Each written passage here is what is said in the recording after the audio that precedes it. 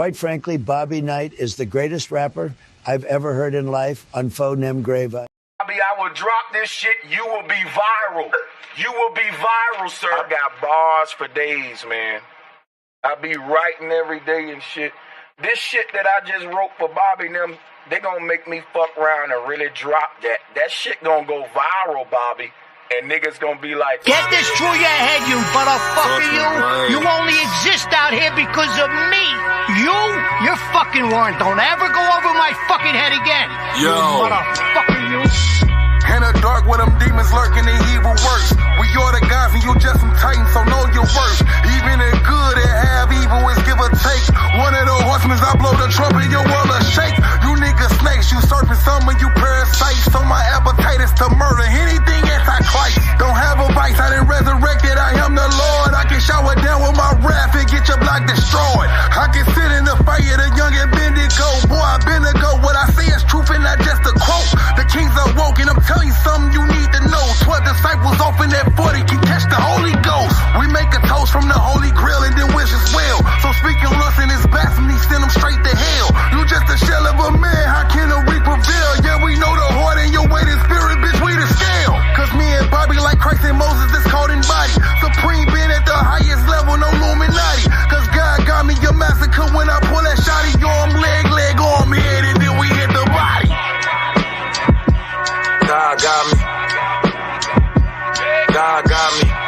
We do not pray to Illuminati. Arm, leg, arm, head, and then we hit the body. God got me. God got me. We do not pray to Illuminati. The Chicago nigga. Plastic on the floor. Before a nigga called a victim, premonition. Travel 5th dimension, dies in expedition, exodus. No respect until you get a check from this. Obsolete, all your conscious thoughts be on the concrete. The meek won't inherit nothing but more concatenations. Blood and body, look at that condemnation. Fuck a key, bust open a lock, that's my raw will. If your God could become flesh, I get that mark kill. Words and swords, I pierce through a frail spirit. Dead man walking as he talking on the hell, listen. Turn the decibel, smooth the decimal. All your niggas vegan once they turned into some vegetables. Warlock standing over pots, what the Hebrew? Flat around earth, 6 feet of dirt and I leave you. End all that childhood trauma, homie, these big facts. Wanna be Bobby, just a copy, that's real rap. Too many lies identified with any tribe. Your chief sold the land to the white man for 50 dimes. Only thing worse than a snake is a parasite to gain everything and still be lost in paradise. I do the best, y'all do the most. Put that weak shit on a stack of Bibles burning for you catch the ghost. Lord bless the shorties, we pack praising. Bear witness, bury niggas next to they bitches. We only spare children. Cause God got me. God got me. We do not pray to Illuminati. Arm, leg, arm, head, and then we hit the body. God got me. God got me. We do not pray to Illuminati. Arm, leg, arm, head, and then we hit the body. I would drop this shit. I would drop it. I would drop this shit. I would drop this shit. You will be viral. You will be viral, sir. Y'all know what time it is. Welcome to the motherfucking shit show. Hey, everybody out there. Give yourself a round of applause. Y'all in the best place I could be on this motherfucking Saturday. Hey, we gonna play one more song, then we finna jump in the show in honor of our brother being released from that motherfucking federal judicial penitentiary system. Let's give it up for Young Thug. Yeah, he's back home, y'all. Don't forget to like, share, and subscribe. Tell a friend to tell a friend. All that good shit. Let's go. Took a shot at Henny, I was going crazy. They say my whole hood got it under investigation. They know they talk that stick talk, They know we talk that lick talk, $10 million cash, fuck a friend. Started sipping syrup, Bible geek, there since. Gotta keep that heat on the seed ever since. You know we talk that stick talk, I'm about to put this cash up on a new toy. Like to put this cash up on a new toy. You can't understand us, cause you're too soft. Taliban players, let them straight over shit. Murder, kill, bill shit.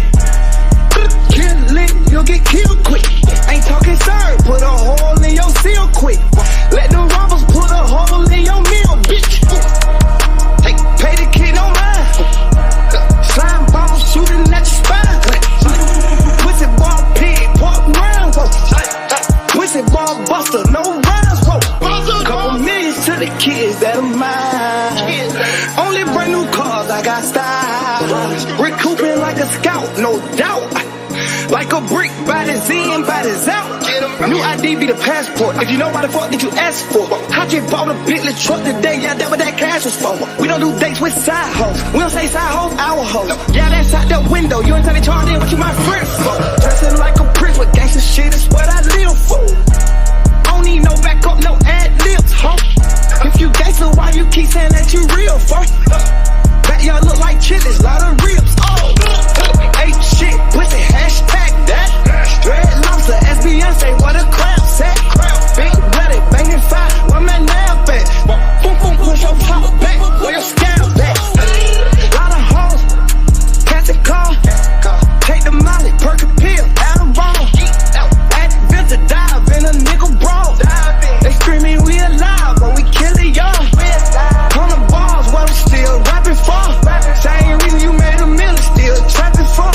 You don't bang what I'm banging, what I'm dapping for.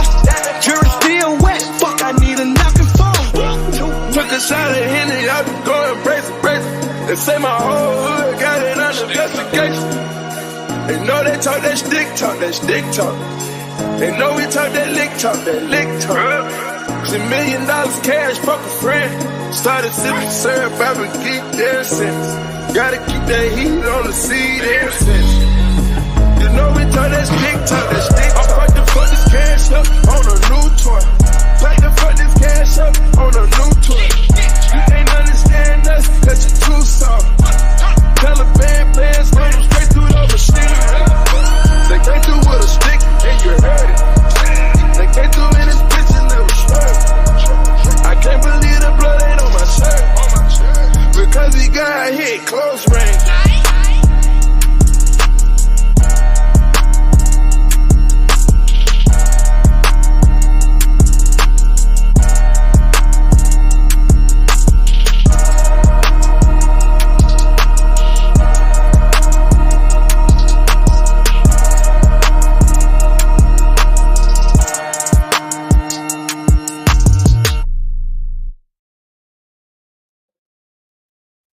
What's up, everybody?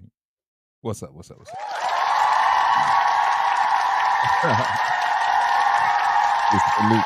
Salute to everybody out there. Salute to the ones that's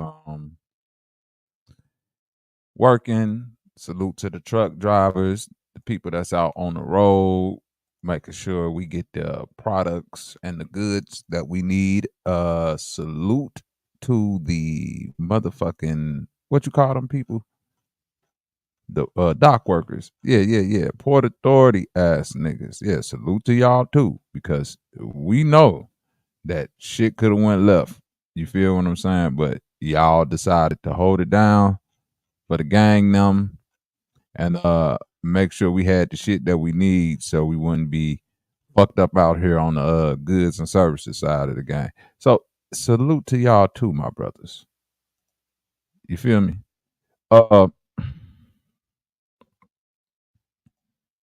Let's talk about it. I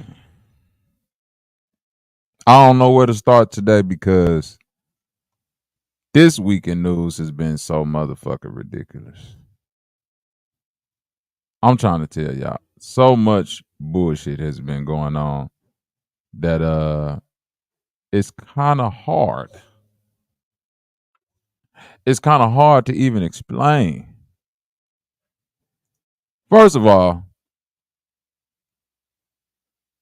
I'm trying to figure out why my people are so enamored with this fucking election.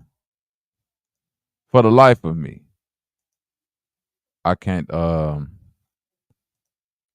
seem to understand what's the fascination with Kamala Harris and Donald Trump. I will say this. The conversation has become so divisionary between black men and women specifically and pacifically that it's laughable to watch these two groups of people sling mud at each other back and forth. Deep-seated, deep-rooted trauma is being replaced with this bullshit. Trying to figure out what the fuck y'all really so mad about. Let's just put it like that. Really trying to figure out what the fuck y'all so mad about.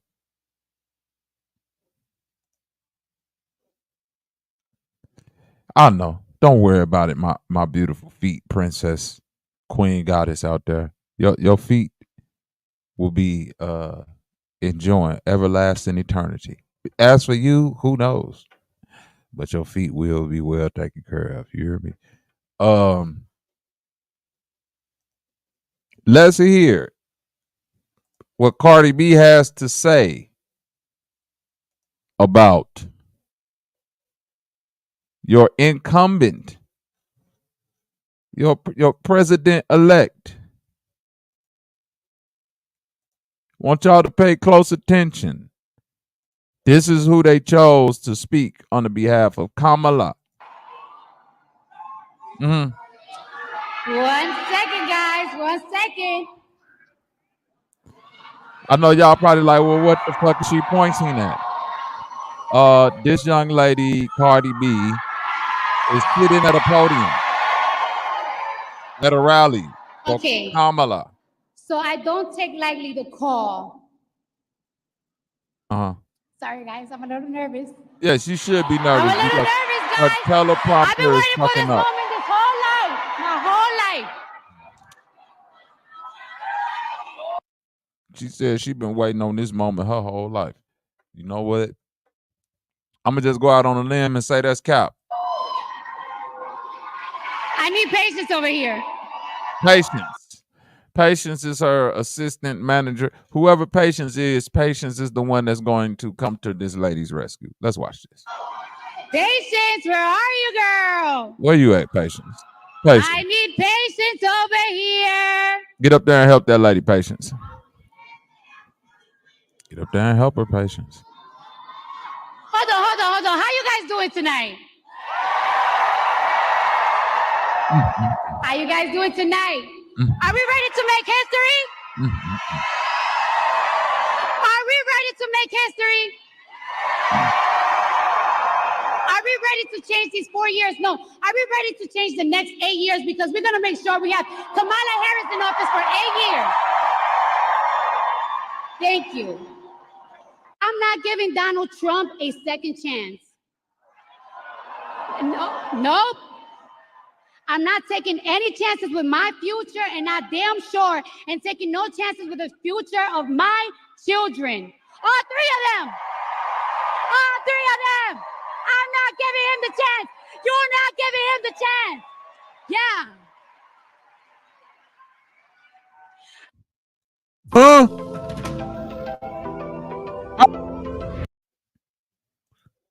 Wait a minute. That Puerto Rican lady did not need that motherfucking phone to. She couldn't remember that I want Kamala in for the next 8 years and I'm not finna give Donald Trump a chance. She needed to read that off her phone. Listen, it's becoming laughable at this point. I will say this. Donald Trump brought WWE politics into the political world. He did that. What he also did is captivate. They all Puerto Rican to me, humbling. I know she Dominican, but they all Puerto Ricans to me. I'm sorry, K. Gomez, but them your peoples. They might be slightly racist, but hey, deal with it.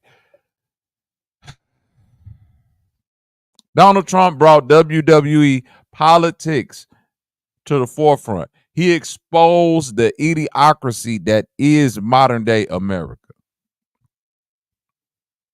Let's just get that clear. He's the one that made voting for the president a popularity contest versus a let's say policy contest.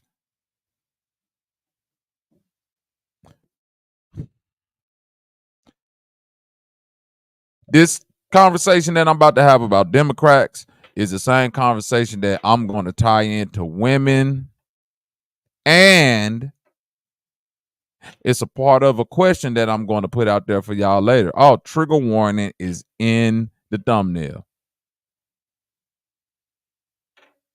When you're supposed to be better. See,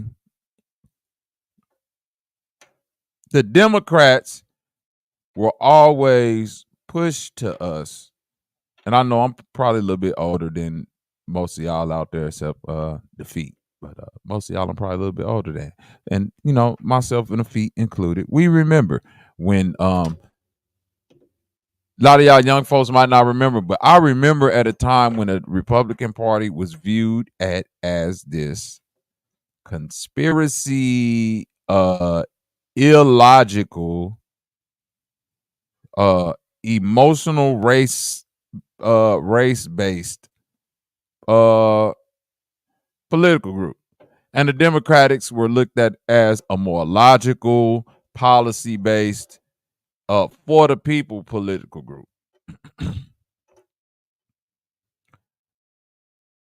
The Republican Party was always looked at as a political group during campaigning, because what y'all have to understand is that now that we're in the era of social media, there are no more really like campaign commercials. Not saying that they don't exist, but saying at the time when I came up, the campaign commercial was probably your biggest form of propaganda in order to influence your point.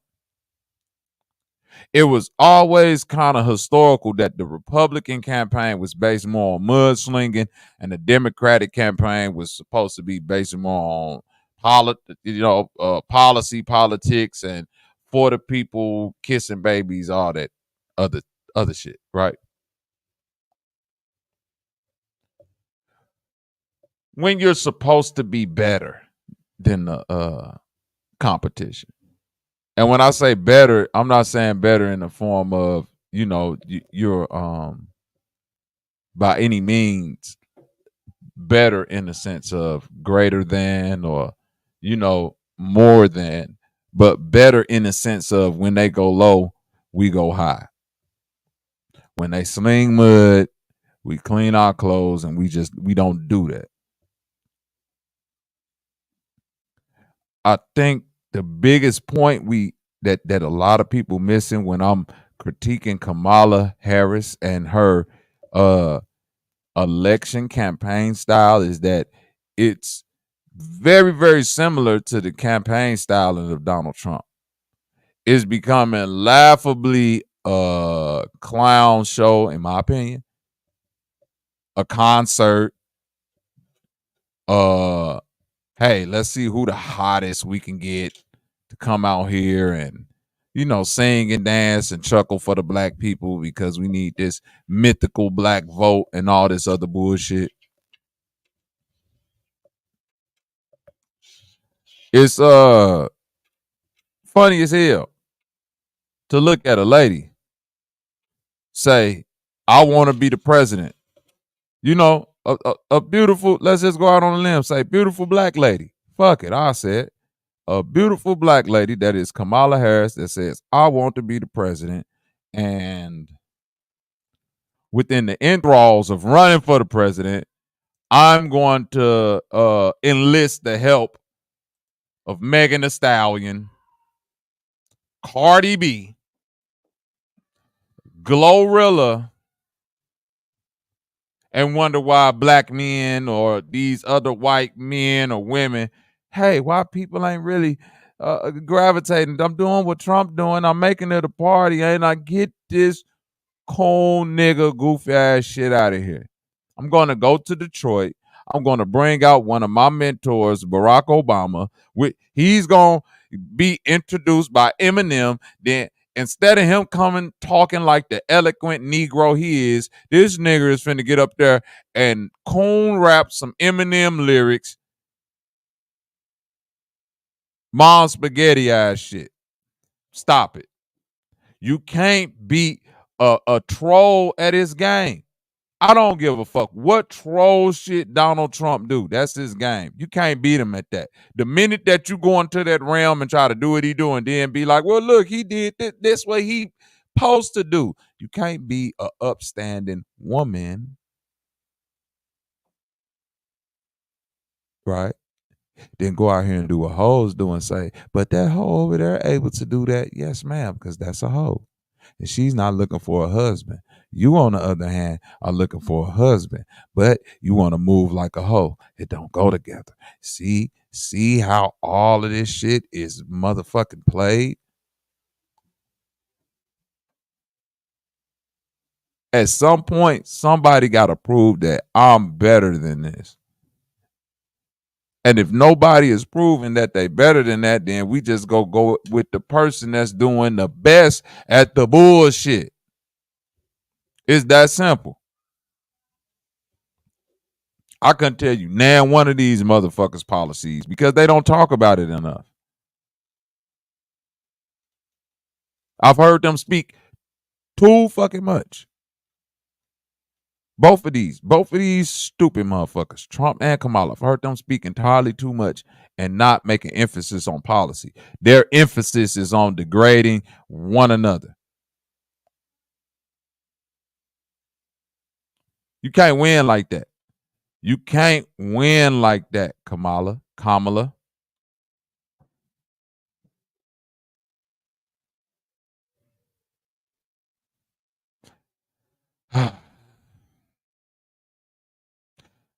LeBron James endorses Kamala Harris. Sexy Red endorses Kamala Harris. I'm being honest with you.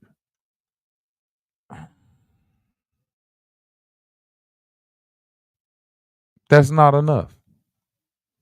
That's LeBron and Sexy Red ain't enough. When it comes to what they do musically, we fucking with these people. But when it and entertainment wise, you know, in the case of LeBron with the b-ball shit, but when it comes down to politics, nobody give a fuck who LeBron or Sexy Red voted for.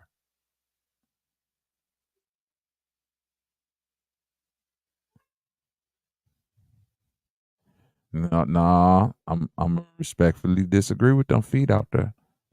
It ain't no matter what it was. That's why I disagree. It's not no matter what she did. It's the fact that she did all the shit that she wasn't supposed to do.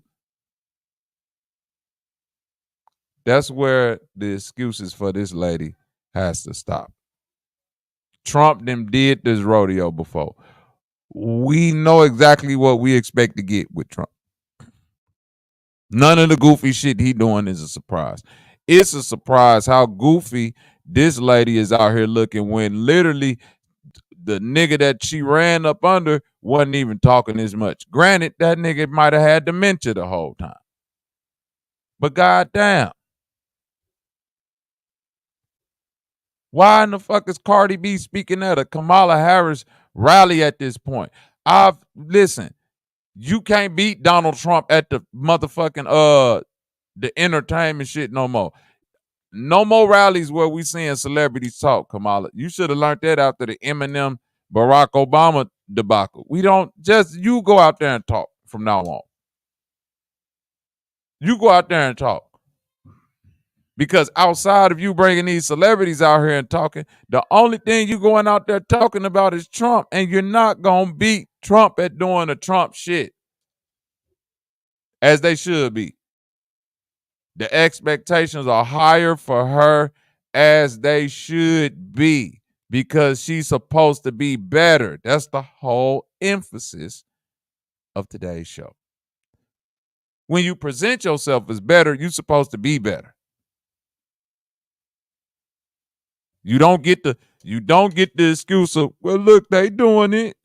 No, you supposed to be better than him. And you ain't doing nothing but showing you're not better. You're the same. So why in the fuck would a motherfucker vote for any of you garbage ass people? You ain't proved you better. She's supposed to be better. It's supposed to be higher expectations for her. She is not proving that. Why? Why would I vote? Why would anybody, I get that. Why would anybody vote for that? It's the devil you know versus the devil you don't know. Motherfuckers have already experienced 4 years of Trump. For better or for worse, It wasn't that bad for a lot of people. A lot of people want to experience that again. Okay?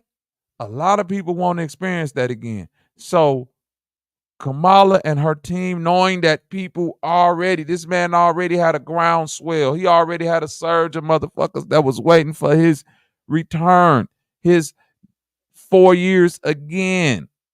She had to come out and be better. Her expectations were high for everybody because they like, yes, this the one. We got a melanated woman.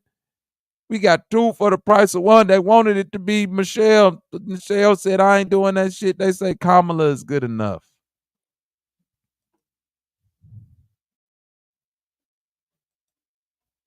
And she is getting up there blowing the bag. I will say this. It's still a presidential election, so anything goes. If they want her to be president, she will be the president. So don't get it fucked up. I'm not saying this shit like, oh, she lost the presidency. No. That's not my point in this conversation. Whoever they want to be the president go end up being the president. Get that clear right now.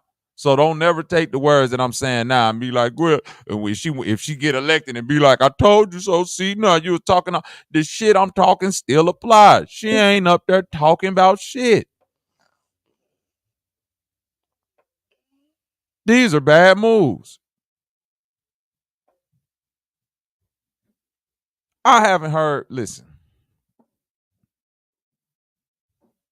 I've heard two things pertaining to black people, men specifically, when it comes to Kamala Harris, and both of them revolve around some shit that ain't necessarily a black man specific thing. Yes, you locked up a lot of niggas for weed, Kamala Harris. That don't mean making weed legal is something that's just gonna necessarily directly affect black men. It's not. It's not.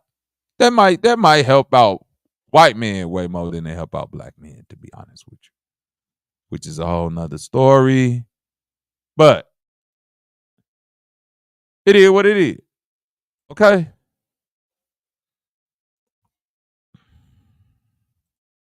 Let's talk about it. Whoo, man, this finna be a good one, y'all. This finna be a good one. Responsibility of when you're supposed to be better. Now, see, I told you I'm finna tie this into a bunch of things. You know, I'm scatterbrained, so I'll be all around the place. Better. K Gomez, what's good? I'm gonna drop that link in a minute for the people who want to come up. Better. Trigger warning, y'all.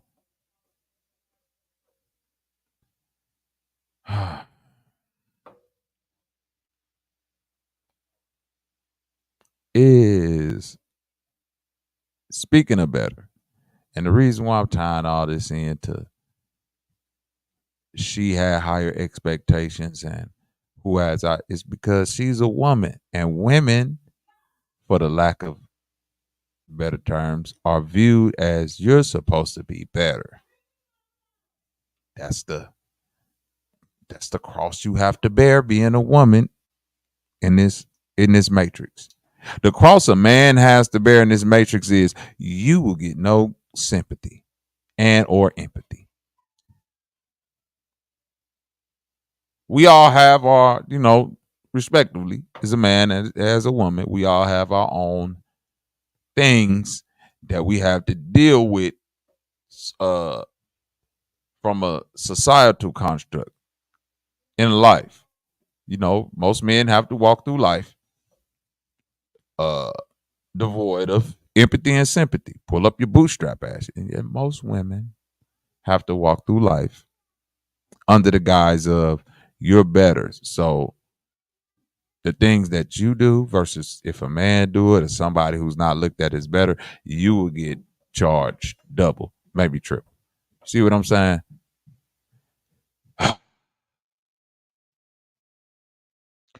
Knowing this, expectations are higher, but so is empathy and sympathy. Vice versa. Expectations ain't so high for men. That's why sympathy and empathy ain't so low, because it's like, nigga, get out there and make something of yourself. I'm saying all of this to say,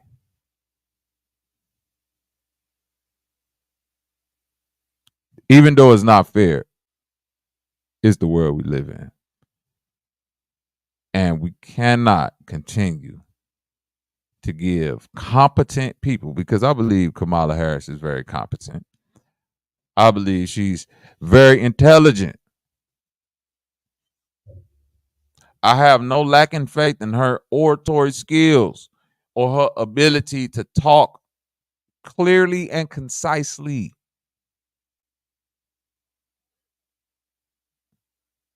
Right? What escapes me is the fact that, why is this lady still making these stupid ass nigger moves like this mythical black vote needs to be procured? Who on her team is still telling her, you got to do this monkey shit because black men ain't fucking with you?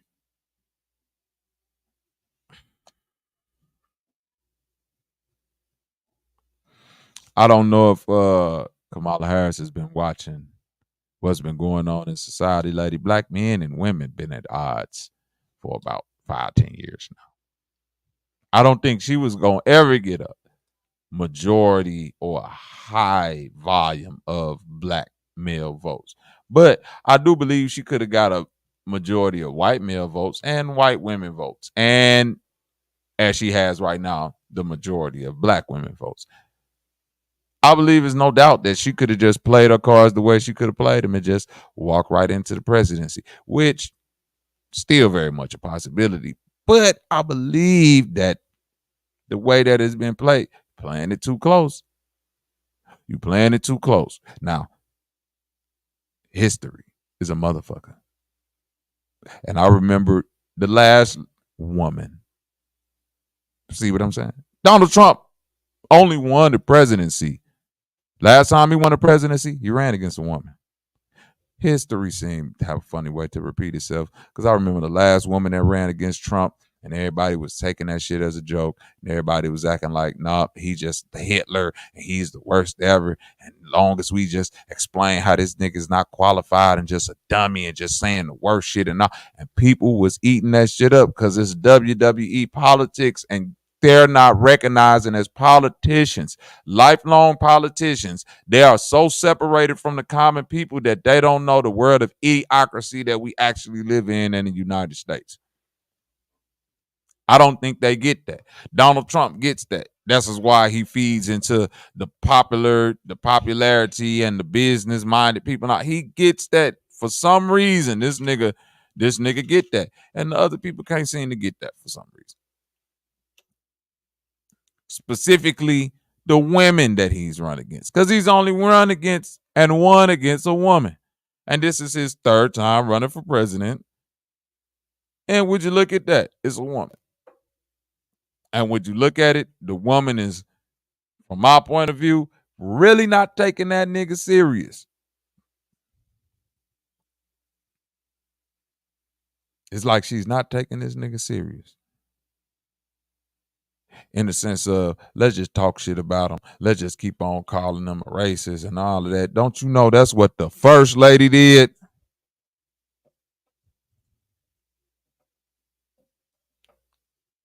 That's what the first lady did. Of course, he loves the poorly educated. That's the majority of America. That's what the first lady did. Hillary.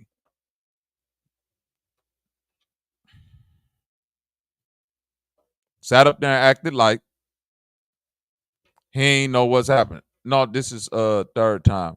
This is third time running for the presidency. I think that first time he was a vice president or something like that, Humble. I know what I'm talking about.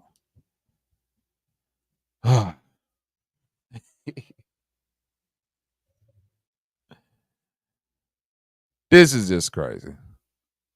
But It brings me to another conversation. We could tie all these in because I told y'all trigger warning today.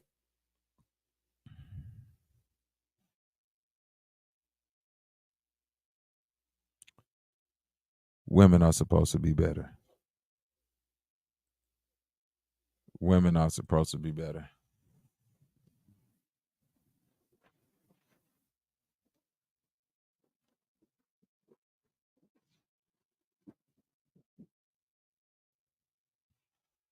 Ah, yeah, you're right. He ran in 2000.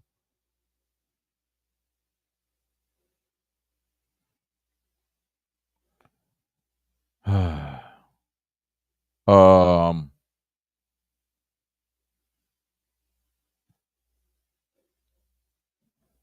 let's do it like this. Women are supposed to be better. What up, Geechee? So, a topic, because this whole day is about triggering.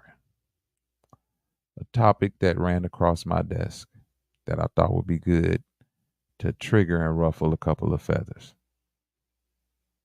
is abortion. Now, I know it's a couple of you murderous females out there in the chat right now, possibly with blood on your hands. It's cool. If you got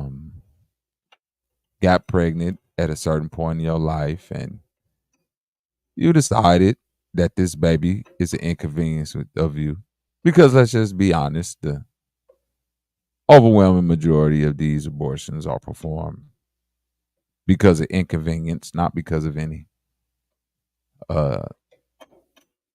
sexual assault crimes or things like that. We dealing with people who are just inconvenienced in life, and a child might not be the best thing for them right now. So,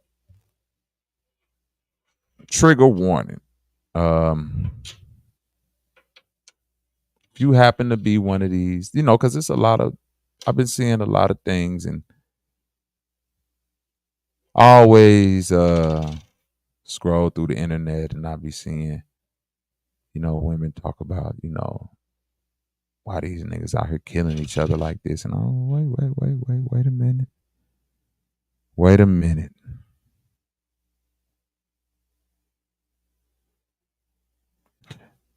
I know abortion is a sensitive subject, but that goes back to my first point about being offered empathy and sympathy. Most men don't get empathy and sympathy. So when we go out here and blow each other brains out, full grown bodies, motherfuckers ain't empathizing and sympathizing. Hey, do what you do. But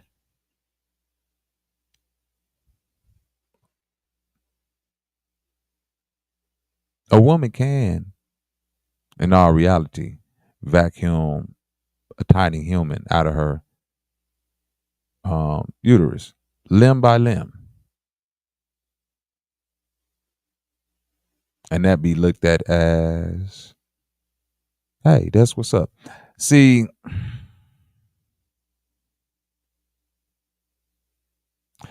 we separate ourselves from empathy because somebody in the medical field told you that little bitty child, that little bitty human inside of you that got tiny legs and a tiny arm and a tiny head and a heartbeat, yeah, it don't feel no pain when you get to ripping it apart inside of the womb. Somebody told you that.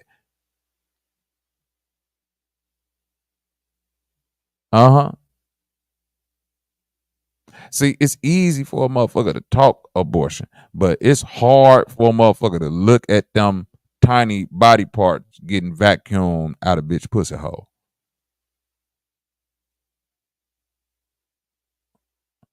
Is it triggering enough? So, the topic at hand is this. Abortion is the same as slavery.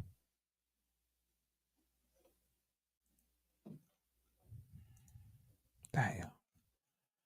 I know y'all weren't ready for this. Damn, I know y'all weren't ready for this.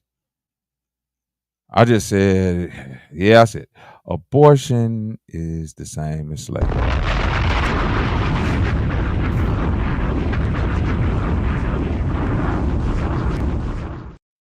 Are y'all ready to go there? Are y'all ready to go there? Or y'all want to be quiet? Are we in our feelings yet?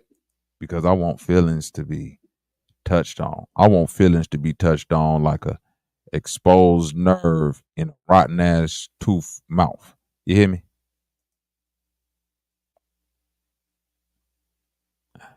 Slavery was the act of deeming a person human but not human enough based on their skin color.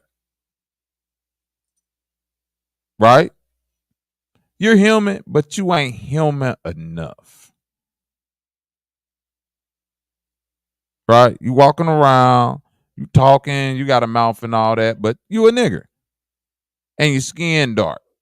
So you like 3/5 of a human. You human, but you ain't human enough. You some type of bipedal monstrosity that if we so deem it to just classify you along with the plants and the rocks and shit, we could cut you up and sell your motherfucking body parts too. Now I know you like, Bobby, what the fuck do abortion got to do with slavery? Abortion is the act of deeming a human, but you're not quite human enough because of your age. We got skin discrimination and age discrimination because of your age. See, a baby that's born out of the womb can't make none of the decisions that a baby in the womb can make. Ain't that a shocker?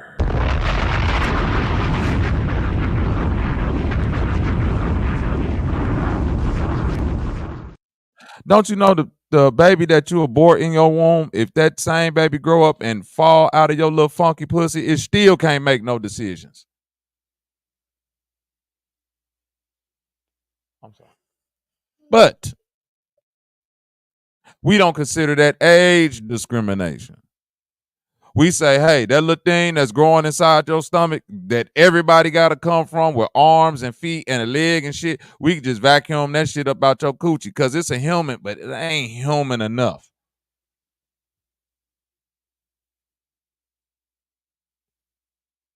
That little nigga that's running around in the woods,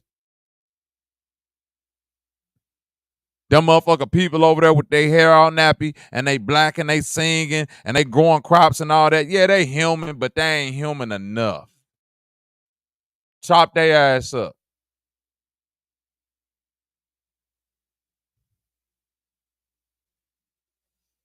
I know y'all weren't expecting this shit today, was you?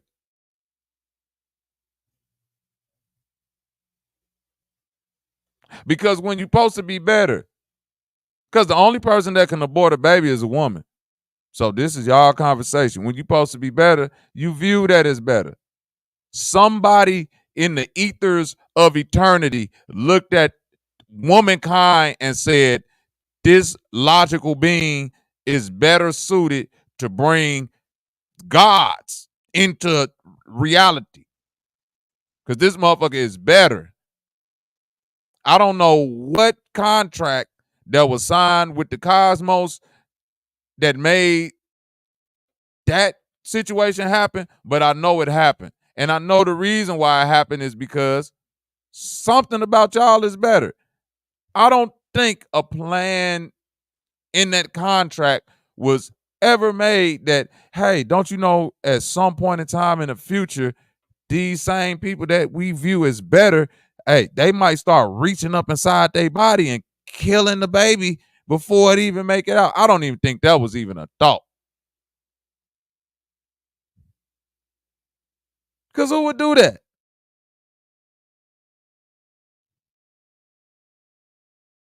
You see what I'm saying? Not saying it didn't happen, but who would do that?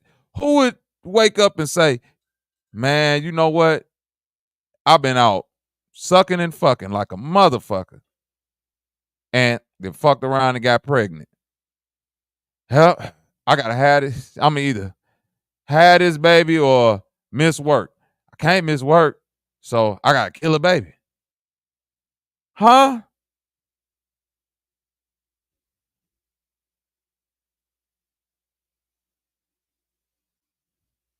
It's a real deep conversation.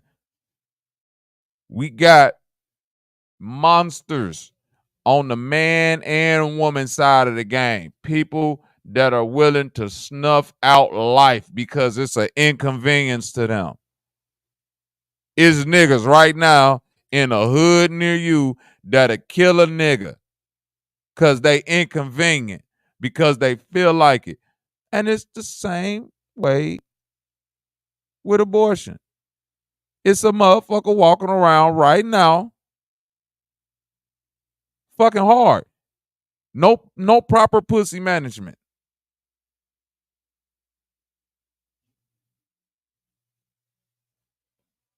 That'll get pregnant and say, I know all that irresponsible shit I was doing was fucked up, but guess what?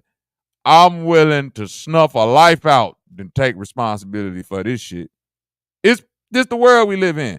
It's people that'll do senseless killing in order to take responsibility for simple shit. For real.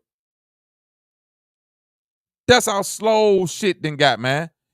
It done went from a nigga robbing the corner store to a nigga killing the nigga at the corner store for $30 because you don't want to take responsibility for getting caught. So you just finna just go on a killing spree for $30. Don't want to accept. You never accept. You need to, hey, listen, y'all need to talk to some of these women that have had abortions before. Because I have. Do you know how many ghost stories these women have? Do you know how many stories women who do that shit have of ghost babies coming to haunt them and shit? Like, man, I ain't making that shit up. That's a deep attachment. That's some deep shit to do. And it's not an easy body surgery thing to get over. Your body go through it. It ain't like you just do that shit and then get up and now you out in the club tomorrow. Even though some motherfuckers is and they end up crashing because your body ain't built for that. Your body ain't built for this shit.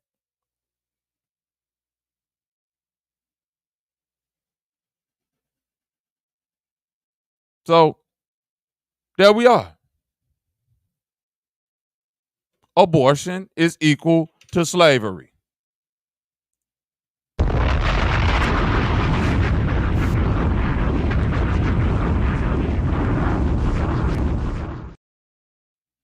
If you wanted to have slaves, you should have had the baby and chained it up in the basement. Is you basically doing the same thing?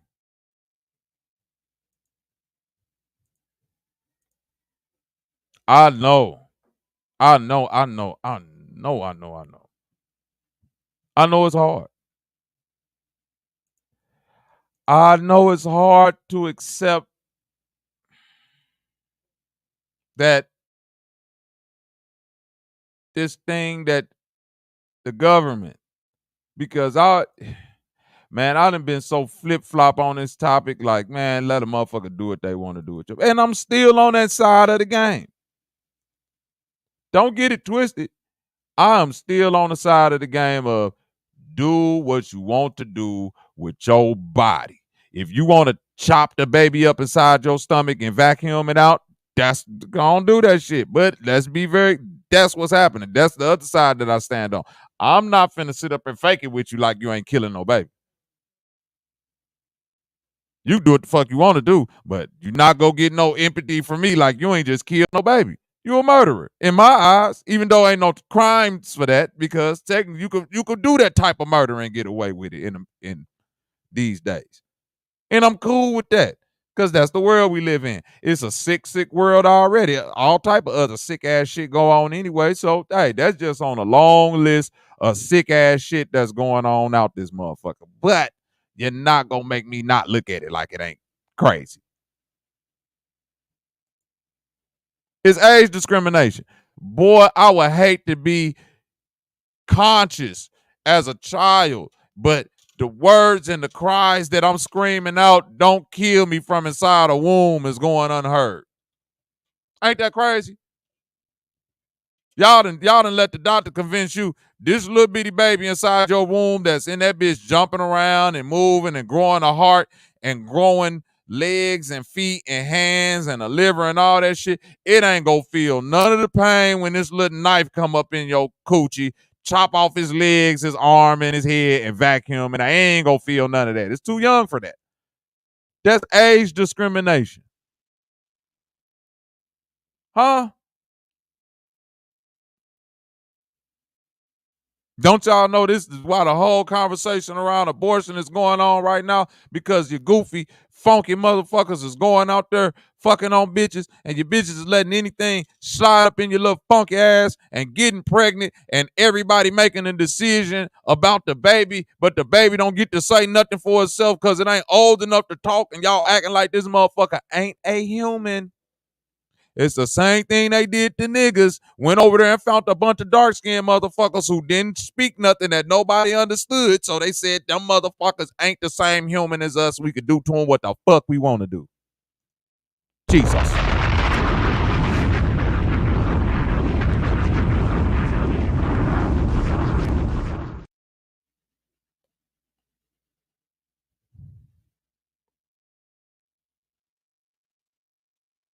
That's right. That's right, Hum. All this back and forth on what's not life and what's life. These the same people, Humbling, that'll pull some funky ass water out of puddle, put it under a microscope, and watch some shit swimming around and say, this is the first, these are some of the single cell life forms that y'all know is shit in puddles that's alive.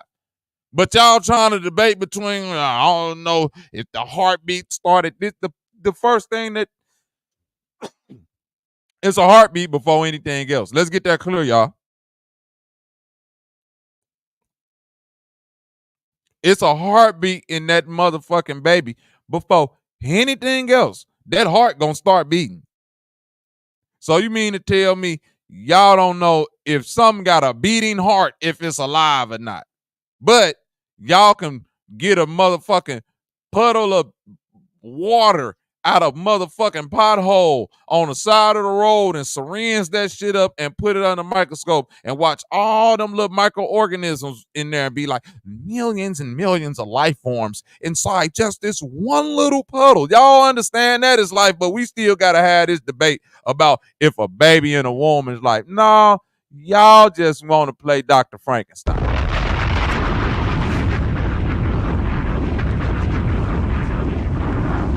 And I'm cool with that. And I'm cool with that. You see what I'm saying? And that's another thing. They don't want go against what God say, this and that. That's the problem with the people that's against abortion.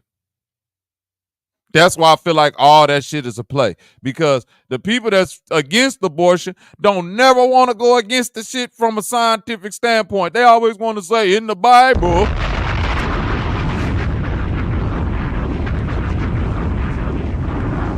in Deuteronomy 6, God told us we ain't supposed to, man, that fake, get that shit out of there. Them scientists ain't listening to none of that goofy ass shit that you talking about in that Bible. If you ain't trying to explain to them people from a socio-political, economic standpoint that this shit is the same as slavery and it's motherfucking age discrimination because it's a human and y'all can't be looking at humans as non-humans the same way y'all can't say a human ain't a human because it got a different skin tone. Y'all can't say a human is not a human because it's at a certain stage of life.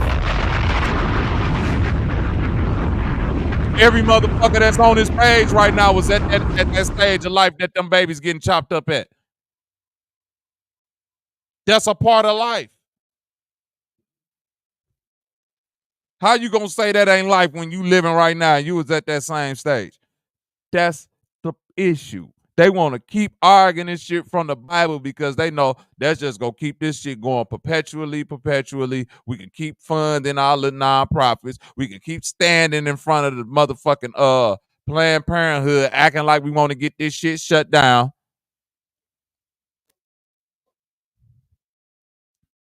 For real. That's the whole point. That's why they keep arguing it from a Bible standpoint. That's why they keep talking about God, because then the motherfucker come back with another Bible conversation. I don't give a fuck what God said about no baby in the stomach. All I know is when you hook up a monitor to it, it got a heartbeat. Deal with that. Stupid ass niggas in front of Planned Parenthood that be always want to be activists and shit. Just deal with that part of it. Because it ain't nothing but a bunch of white people. And I bet you they won't go, well, it's the same as slavery. They gonna get choked up if you try to say abortion is they don't even want to deal with slavery. Yet alone deal with the fact that y'all doing it again. Y'all enslaving babies in the womb, not giving them choices because they can't communicate. Y'all went over to wherever, Africa, Middle America, South America, Mississippi, Alabama, wherever y'all went and got niggas from, y'all went and got them under the guise of they can't communicate and they look different, so they not the same humans. That's the same thing y'all doing with babies in the womb. They can't communicate and they look different, so they not the same as humans.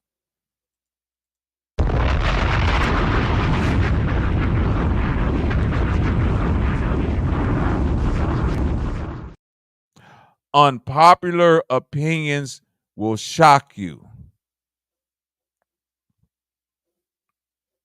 I'm sorry.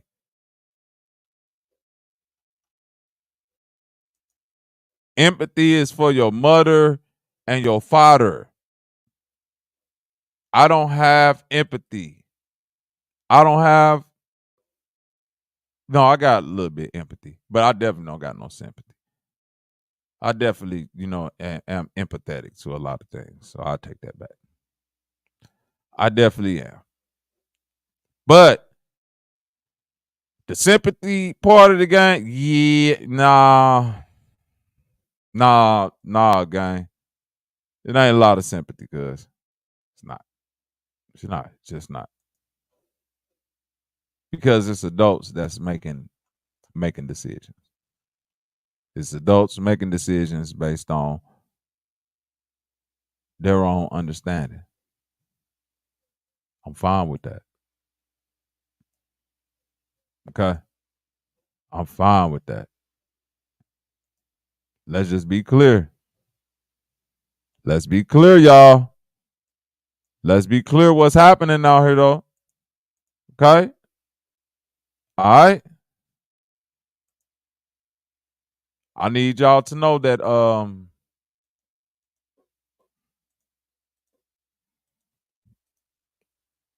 my fault, y'all. Let me get some shit together.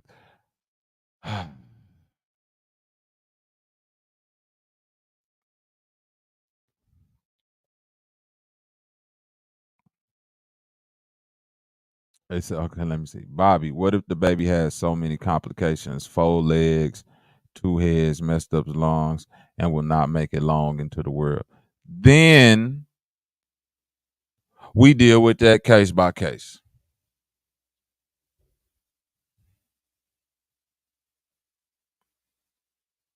The problem we have, Valley, is that we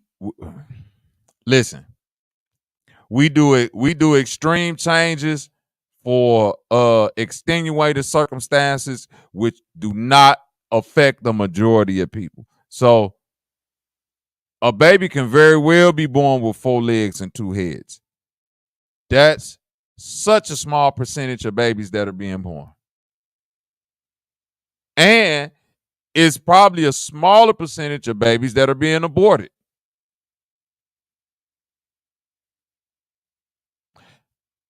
Even when we bring in the SA, the S assault and the graping, that's still not the majority of people's reasoning behind abortion.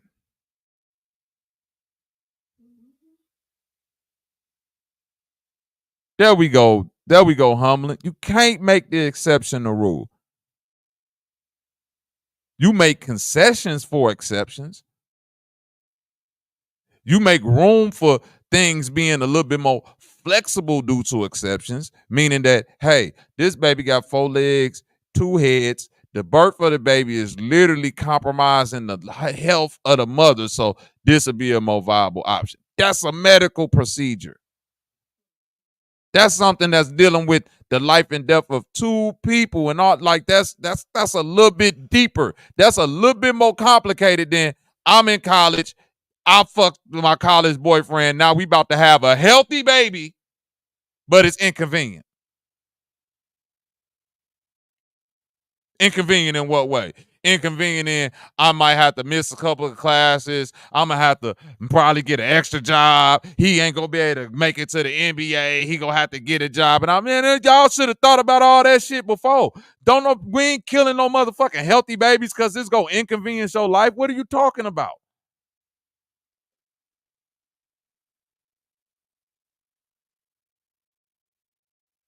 They not even talking about doing this shit in the cases of if a mother is gonna be, in a dire situation where she might bleed out and all that. And even in those cases, they still have the option to have a C-section.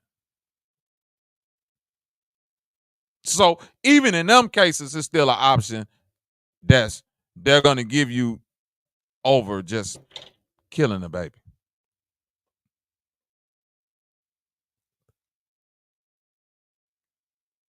Me, personally, I'm never, now, you got the right, again, to do what you do with your body. I'm never going to look at nobody killing a healthy baby as, yeah, that's what you should have did.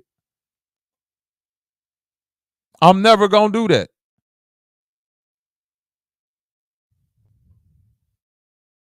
I'm going to still love you through it because we just them type of people. We fucked up and we got to accept our fucked up ways. I'm going to love you through it, but we got to talk about it in a straight up and down way, man. We got to talk about it in a straight up and down way.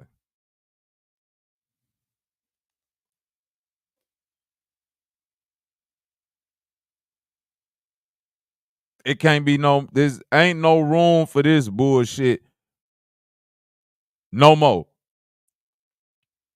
You should have already knew it was fucked up when you looked at the overwhelmingly disproportionate numbers of black women who get abortions.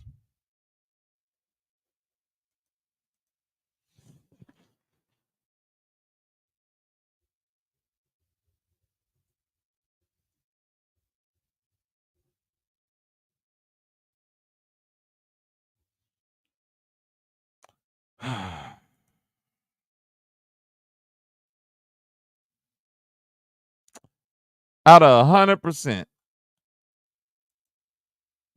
I want y'all to listen to these numbers and tell me what y'all think. Okay.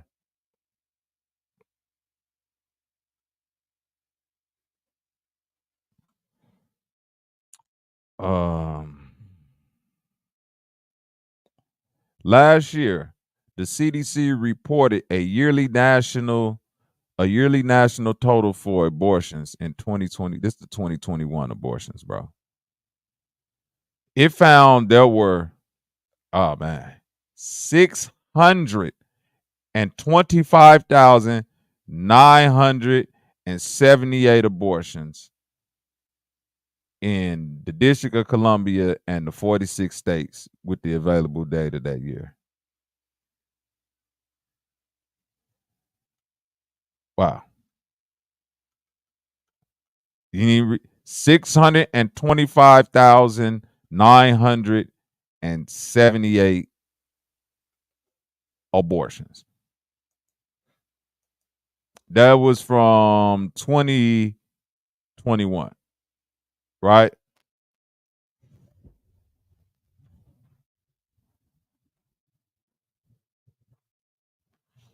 Now watch this.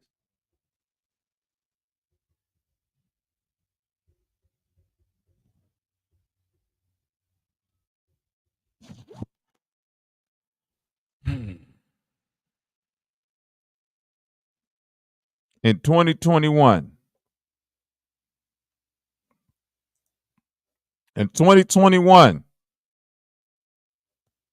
3,464,231 people died, right? Let's break this down. 48,000 people died from guns. Okay? More than half of the gun deaths were suicides. Y'all hear me? So more than half of the people that died from a bullet was suicide. So that means when you hear these motherfuckers talking about drilling and motherfuckers getting shot up and killed and all this, that's 20,000 people.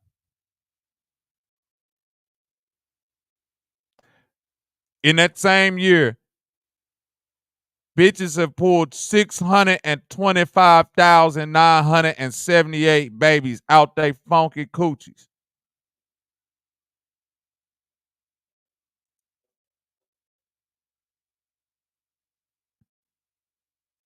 Huh?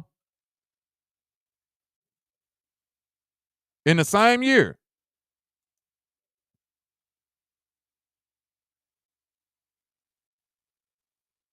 We ain't even, listen, I'm only getting into murders, cuz. What you mean? I only want to know about the gun. I don't want to know about the niggas that died from eating a burger with E. coli. I don't want to know about spider bites. I don't want to know about snake bite, drownings, accidents, heart disease, cancers, none. Yeah, a lot of people die from that. I want to know about the murders because I'm considering the abortion the same thing as a murder. So gun murders, 20,000 people died from gun homicides in 2021. Of all the gun deaths, over half of them bitches was suicide, 2021. So that's out of all gun deaths, 48,833 and 30 people murdered or murdered themselves in 2021 versus 625,978 babies murdered. What we talking about? Then we got a goofy ass bitch up here talking about, yeah, we need more gun control. No, we need more pussy control.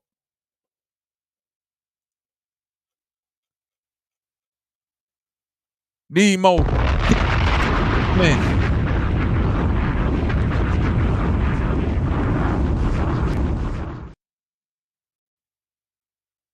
I know y'all weren't ready for that shit right there. Y'all probably thought that number was finna be way up, huh? I know y'all thought the gun death was finna be way up. Nah, gang. Nah. Nah.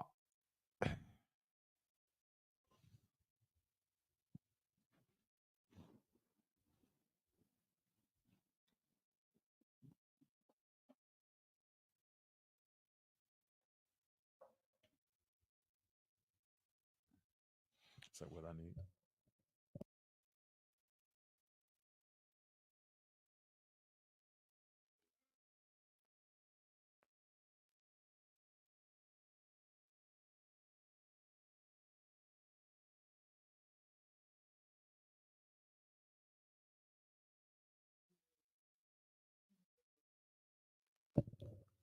Yeah. You finna go now? Okay. Send the babies out here then. All right, my fault, y'all. I'm back.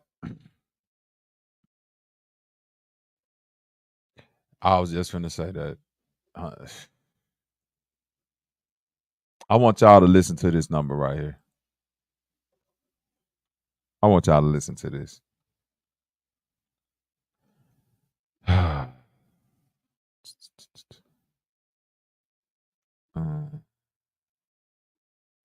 In 2021, women in their 20s accounted for more than half of abortions. That means 57% of the abortions that I told you about, that 625,000 number, more than half of them was people in their 20s. So from 20 to 29.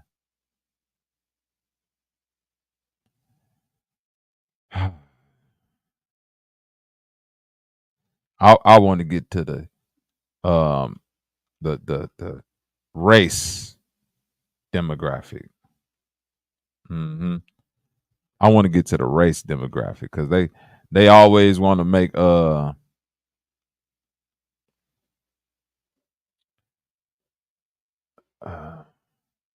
they don't never want to get into the race. They always want to hide the race demographic in these numbers because they want to group all women, right?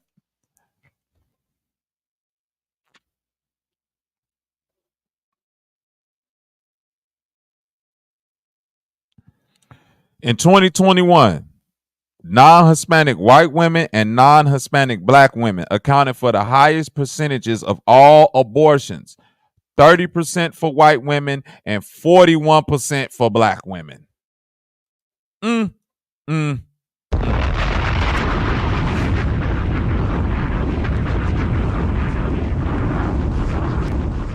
So you see when white people be talking about, or when you hear white men talking about this abortion shit and it's all this low birth rate in the white community and all that, and why they so hung up about abortion, because right outside of the black woman is the white woman with the shit is inconvenience in my life. I kill a baby ass shit. That's 70. Oh, bro, that's over 70% of all the abortions in America between black and white women. It's a cultural thing that's been pushed on us.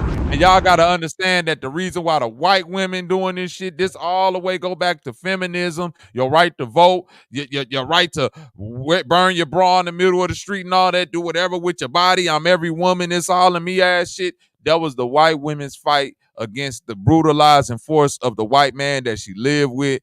The black woman picked that fight up to help her get her freedom. And now all the things that you're free to do, just like these goofy ass white women are free to do, you looking fucking crazy. You looking fucking crazy.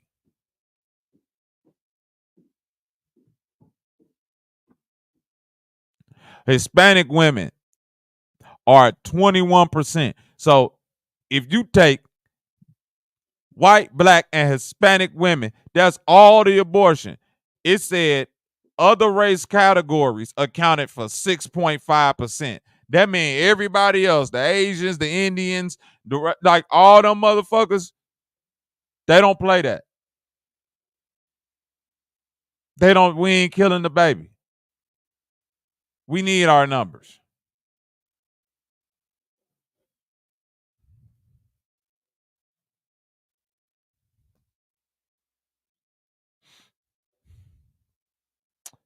%87 of women who had an abortion were unmarried. I just need y'all to pay attention to all these things.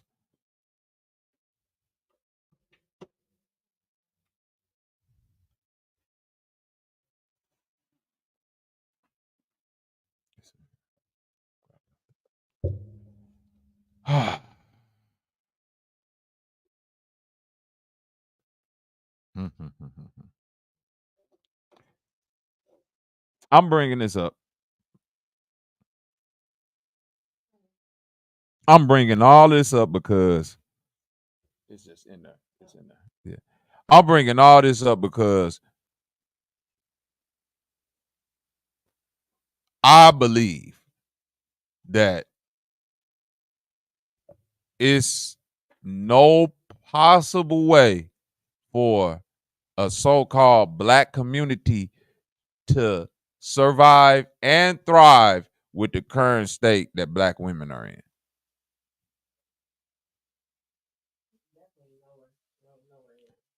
I believe if you look out at the playing field, black women are on the same level as black men.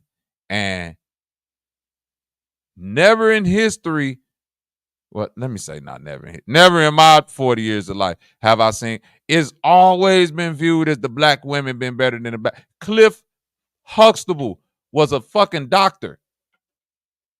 He was a doctor with a big house. And guess who? That nigga wife was a lawyer with her. We like, as cold as Cliff was, we looked at Claire like, she's slightly better than this nigga. And it wasn't even really no reason why we thought she was better. It's just because she just, her essence, her way she moved, the way that she carried herself was like, I'm better, so I gotta move better. I'm not finna be in here doing regular doofball shit. You feel me?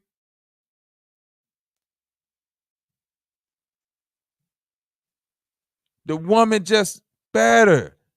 You're better. You're softer. You got curves. You got like all that shit is better.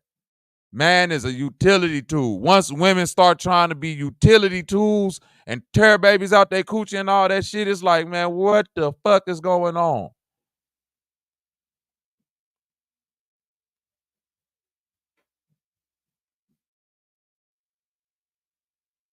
You better.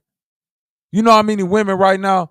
Bro, listen, I'm telling y'all, we're going into a scary time. You know how many young women out here right now say, I want a baby, but I don't want to have the baby?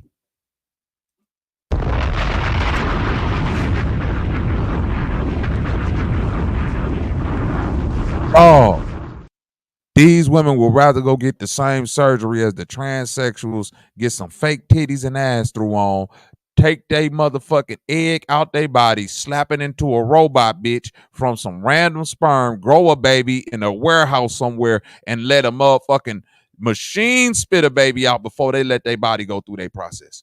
You hear what I'm saying? But they still want the same ass and titties and all of that advantages of looking like you had the baby, but they don't want to have that baby. They just want to throw plastic in their fucking body, dog. What world is it this? Hey, I'm trying to tell you, cuz. I'm trying to tell you. I never thought I'd be one of these niggas that's sitting up like, well, all this shit goofy, but all this shit is goofy. All this shit is goofy. For real. And anytime I sit up and look at the bitches that's sitting up here arguing for this shit, it's always some butch ass extra machismo white lady with some pink and red hair somewhere talking, oh, men should just do this and blah, blah, blah. And the system is just dumb bullshit, emotional bullshit. And if you disagree with any one of these hoes, bro, they be quick to put their hands on you. They ready to fight.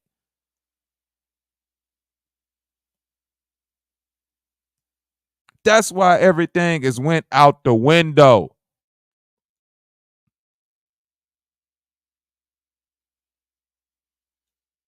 Respect is out the window. Right there. Just like that. Respect out the window. Men forever looked at women as better. Once y'all start consistently killing them babies, man, a nigga can't trust you. A nigga can't, bro, listen.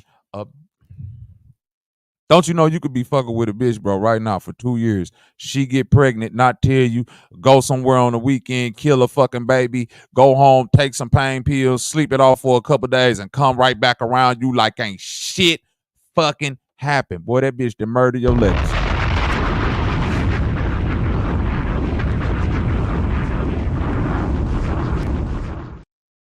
And we'll look at you like, what do they got to do with you? This is my body.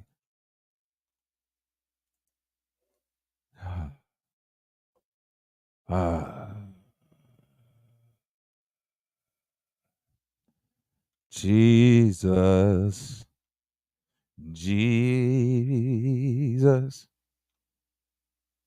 Jesus, Jesus. What are we talking about?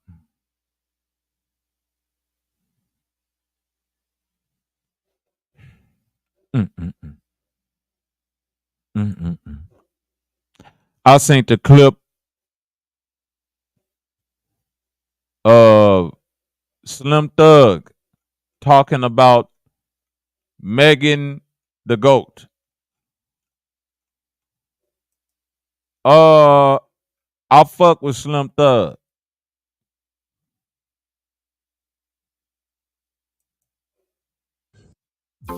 What I don't fuck with is this. I'm gonna let y'all hear what he had to say, then I'm gonna break it down. Let's go. Stallion shit, She lied about not sleeping with him. Who the fuck want to tell who they slept with? Like, share, and subscribe, Nobody y'all. want Get to this say video that. out there. I wouldn't have said who the fuck I slept with on a national Nigga, TV. my nigga Anyway. banking the field. Let's She go, lied nigga. about that. Tory ain't doing bullshit. Who the fuck want to say who they slept with on the fucking ABC news? Shut the fuck up. Y'all little stupid. Y'all so slow, man. The fuck is you gonna ask somebody who they slept with on ABC? Shut the fuck up, lady. What are we doing? Megan lies again. What the fuck? You ain't gotta tell people who you slept with, weirdo. The fuck would I tell you? Would you go on the news and tell somebody who you fucking? That's the dumbest shit for her to ever even ask her that anyway. That's Slim Thug? Megan Thee Stallion documentary last week. And you niggas ought to be ashamed of yourself for hating on the Stallion. I wanted to give her a big ass hug after I watched that, man. I want y'all to hear when a nigga say they want to give a bitch a big ass hug after seeing her crying, these be the lamest niggas that'll fuck a bitch right after a funeral because they know that's the quickest way to get to that sympathy pussy. You garbage, Slim. The reason why you garbage is because you sitting up here saying, I can't believe you niggas sitting up here talking about Meg Thee Stallion because she lied about fucking Tory Lanez. Don't you know this nigga got wrapped up in a gun case behind this stupid ass bitch lies, nigga? She lied. Yes. Nigga, that lie is an incredible lie when you consider the fact that that's why he's saying that her best friend shot her and not him. Stupid ass nigga. And as far as niggas gossiping and talking about females and all that shit, hey, we finna go into 2025. All that shit about talking about female, all that shit dead, y'all. I'm claiming that in this shit. And you bitches don't even act like females of the old school anymore to get that grace no more. You bitches outside drinking Paul Masson and Hennessy and shit straight out the bottle talking about gang, gang. I get one of my homies to slide on you. Man, you bitches catching fist fights and fades and gunshots just like anybody else that's outside at this point in time. You don't get the grace of the bitches from the 70s and the 80s no more. Y'all hoes outside just like the motherfucking thugs. And y'all want grace? I'm from the west side of Chicago. I've been knowing about these gang banging assholes. Don't you know that bitch that King Von killed K.I.? That was a female that was outside dropping shit. Stop it. We passed this. We passed this. Meg Thee Stallion is a lying horse face bitch. And I'm so fucking glad that this shit is coming out. Hey, pray for Tory and anybody else who get wrapped up by a lying ass bitch or a lying ass nigga. Straight up. Straight the fuck up. You fuck both of them, Tory. That's where you fucked up at. But I'm finna tell you like this. Where you really fucked up at, Tory, you should have snitched on that bitch, Kelsey. Fellas, moving forward, and this for the ladies too. Moving forward, that loyalty shit and all that best friend shit and what a motherfucker won't do and what that's all dead, boy. That's dead. The streets is dead. Niggas not telling on you is dead. That's why OTF Jam exists. What up with it, Delaney? What up with it? Walking backbone in the building. God damn it. These motherfucking facts if it ever been some motherfucking facts. What's up with my nigga though, man? Man, I'm just up here being an angry nigga, man. There's a lot to be Man, angry I'm over about, here man. doing security and shit. I just got into it with a motherfucker over here. Well, I ain't get into it with him. I just stopped talking because I don't argue with niggas. But I just let a nigga talk to himself about how Kamala finna win the motherfucking election and shit. This nigga swear up and down the Bible prophesies that Kamala. It probably did. It probably listen. I like.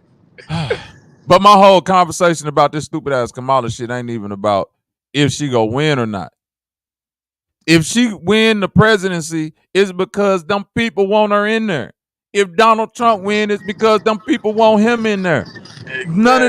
None of this shit about what I'm saying about neither one of them funky motherfuckers is about who finna win a president or not. It's about that both them motherfuckers look dumb as hell and it's niggas and bitches standing outside arguing about one side or the other side when y'all don't know what neither one of these goofy motherfuckers finna do. Don't nobody know. And don't nobody want to admit that. Man, ain't got no clue because all the motherfuckers that's hopping on Kamala talking about she ain't got shit for black people. They ain't not one stopping to ask what did Trump propose for black people at all. Nigga, let me ask that. Fuck what Trump proposed for a black person. Ask that motherfucker what city or state do they live in and ask them what their mayor or governor proposed for black people. Shit, sadly, the motherfucking that's running for vice president is is our motherfucking It's your governor. governor right now. So pretty much what they want, what they got going on here to happen everywhere. And I don't know what's going on in y'all states, but over here it ain't shit but a whole bunch of immigrants of all different nationalities, but especially Somalians and Mexicans. That's a democratic state. Correct? Correct. But they With talking a about it's hold on, wait. swing With a state Republican governor though. That can happen. now. They talking about it's gonna be a swing state now though. And if it become a swing state, they finna kick all them people out. So my thing is, it don't matter if they there or not. The immigrants, but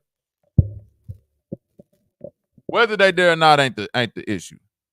The point is, whoever allowing them to come there, niggas ain't doing nothing to stop it. Niggas never do nothing. Okay, what I mean by that is this. What I mean by that. This what I mean by that. Listen. Immigrants only coming to places where niggers congregate.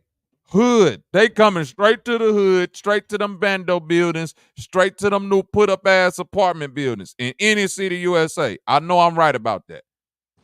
Now, yeah, but ain't that because of hold on. It don't matter the because. resource What I'm thing? saying, Like no. only The really because don't matter, bro. in the hood The because, that's facts, but the because don't matter. The because don't matter when you in the hood and you operating on street route. Listen, bro, I can't come. I'm from St. Louis. You in Minnesota, right? Or Minneapolis or something, right? Yeah. Okay, it's a hood up there, right?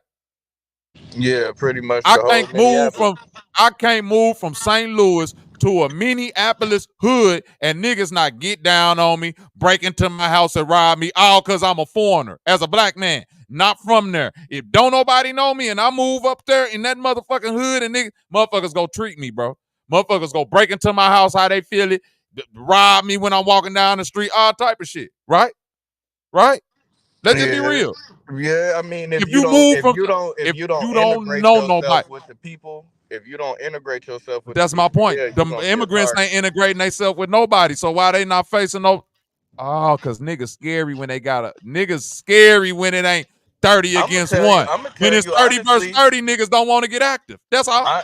Honestly, what it feel like to me is that motherfuckers just don't even really pay them no attention. Like they be like, oh, they got a whole bunch of Mexicans moving in over here. Oh You shit, not gonna pay them and they just attention don't do if shit. you feel like, bro. Listen, if you see a whole bunch of Mexicans moving in, of course you ain't gonna pay them attention because you don't want to smoke for real.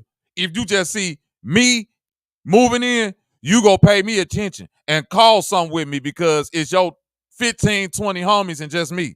But if it's my 15, 20 homies moving in and it's you and your 15, 20 homies as a black man, guess what? Y'all will still come try it with me, nigga.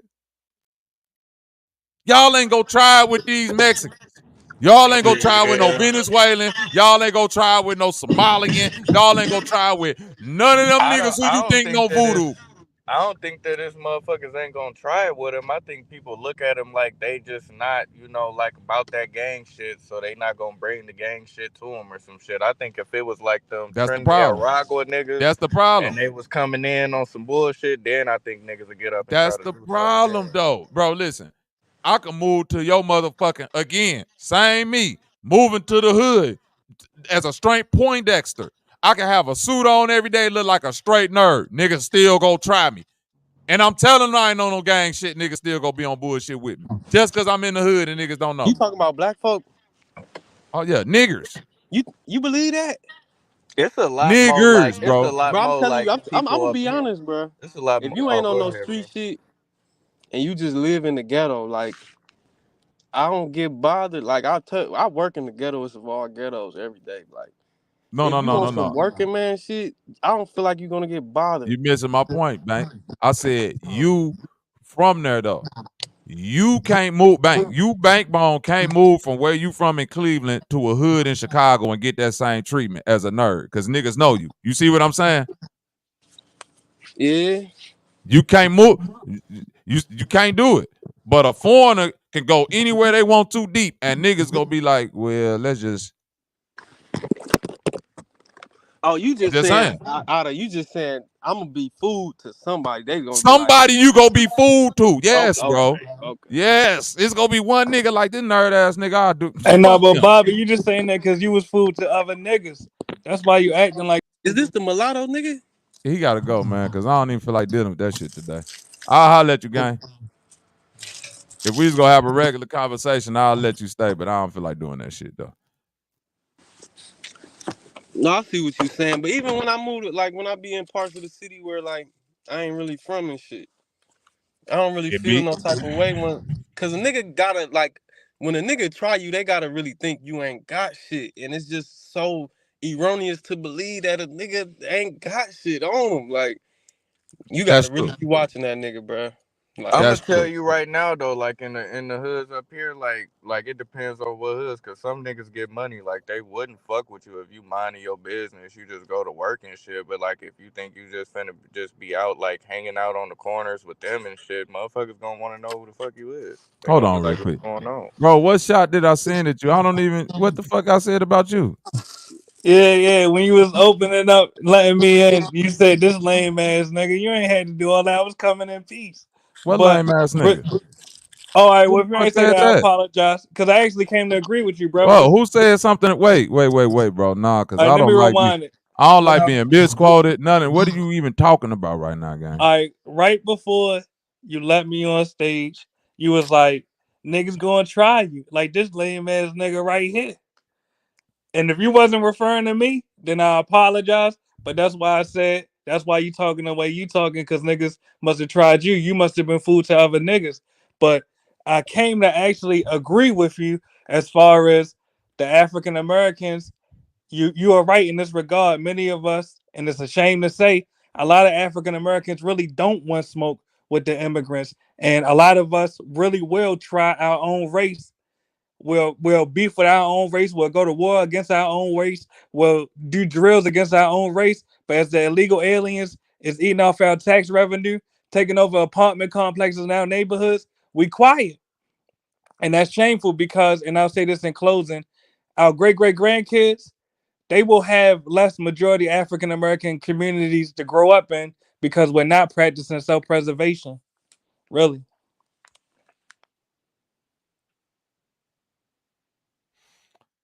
I'ma just say this.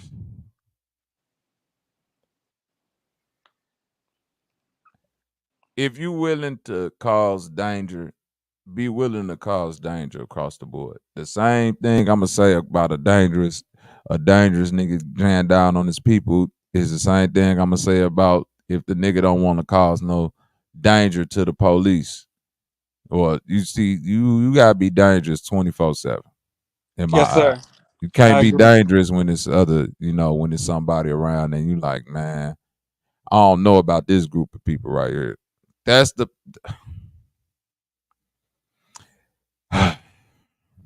in America, it's times where America, which operates off of capitalism, will show you a renewal process and a way. Oh, this finna get real fucked up. And a way to step on another motherfucker back.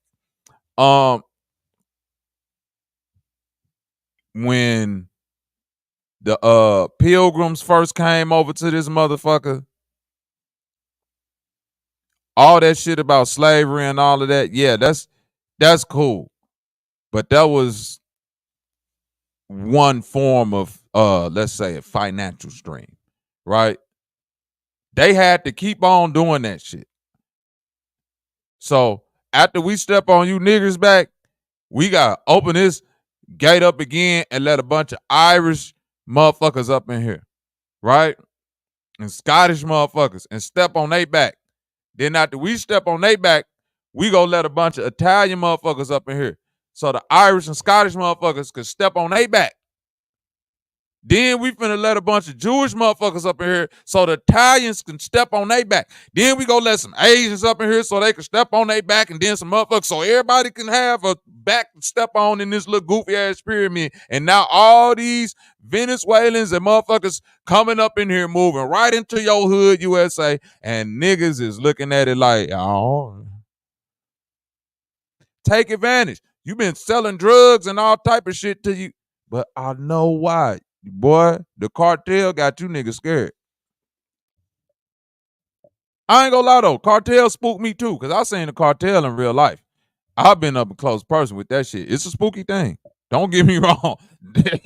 Hey, you gotta be really ready to go all out when you dealing with the cartel. But fuck it, you in the streets, right?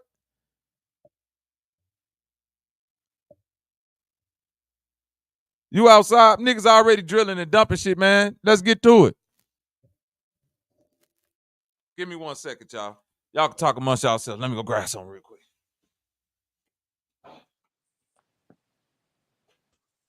To that point, though, about being ready to go do it, that's the difference between Von and Dirk right there, though. The reason why Dirk finna get cooked, because all them niggas just wanted to keep passing the gun down and shit. If nigga really was gangster, nigga gonna put in his own work in that bitch. But y'all know how that go. Money talk. Shit.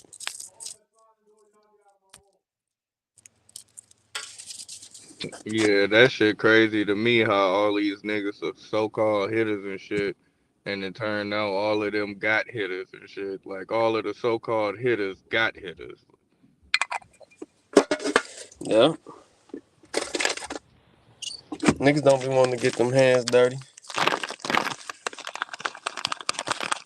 They want to subcontract the hit. The saddest part is motherfuckers still respect these people like they like got some type of real street cred around this bitch.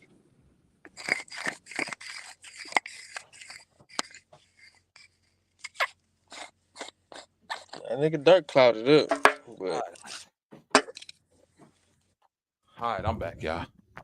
I'm back. I had to go run and use the bathroom real quick. Ah, this nigga ran a 5K. Something like that. All right, man. Hey, but we touched on in other news. Let's give a round of applause, Bank. Hey, big slime back outside. Big slime is outside, but did he win though? That's the thing. He won, but he won at what cost? Because 15 years on papers is like you low key just waiting to go to jail, boy. Let's say this. In the grand scheme of what they was trying to give him, my brother, yes, he won as big as he could win. You hear me, Bank? No, for sure that. Nigga, if you went from 25 years sitting down to 15 years probation, you won. In the scheme of what? Now, they definitely setting you up for failure. Let's not get it twisted. They are definitely setting your ass up because they hoping and praying all it takes is one thing. Young Thug. It's doable. Let's say that. It's doable. For him to walk this. It's very doable. It's very. He gotta really chill though. He gotta really like chill. Like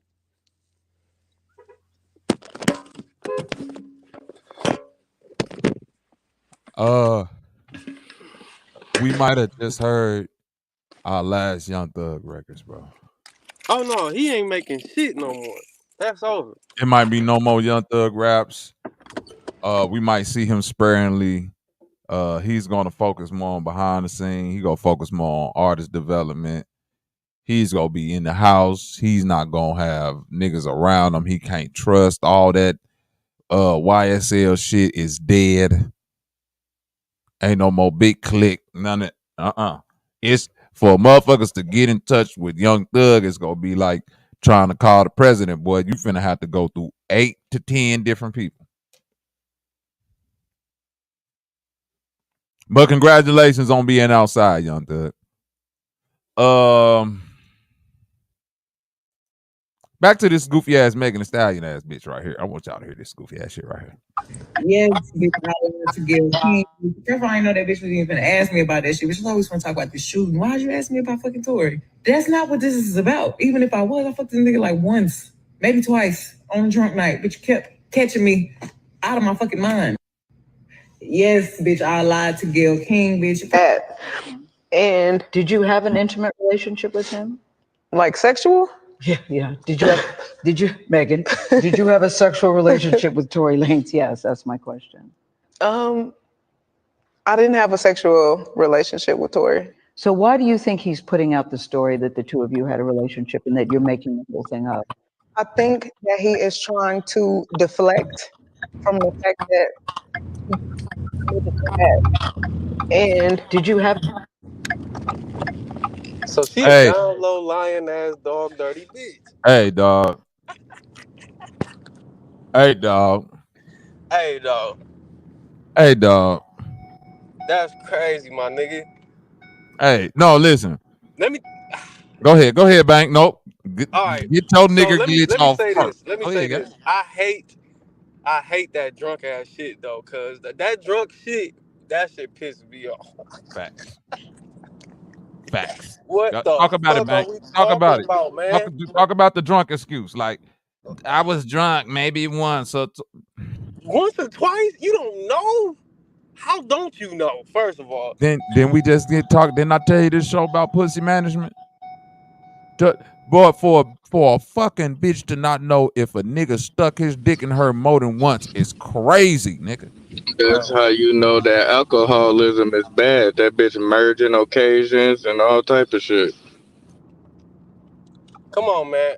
I be getting watered from time to time. Like, it's never been a time, and I'm talking big whale water. Like, come on, man. Niggas punching a fifth, punching a half a galley. Like, listen, it's never been a time nigga don't know what's going on.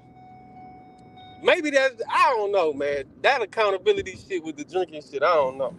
That shit is crazy. I don't even know, man. I might have forgot exactly what I was thinking about right before I went to sleep when I was drunk, but that's about as far as it went. Listen. Drinking impairs your inhibitions. It impairs your judgment. It can cause slight memory loss. All of that shit. All of that shit. All I'm saying is women are supposed to be better. It ain't a nigga alive that ever seen that drunk, stumbling bitch and thought to himself, oh, that's a nice young lady. We all then looked at that bitch like, this funky bitch. Why are you outside like this? Because we all view women as better. If you see a nigga outside like that, you just be like, nigga, this just a goofy ass nigga that's just out being, get your drunk goofy ass. When you see a woman outside being like that, you be like, this, baby, why you out here like this? Motherfuckers be getting drunk and pissing on themselves. Why are you, baby, why are you outside so fucking drunk that you squatting by the side of a car pissing? No, you pissing in an alley. She pissed on herself in front of everybody. Whether you piss on yourself, but that's my whole point. Why are you that drunk? Why are you that sauced up to where you don't know how many dicks finna go on you that night?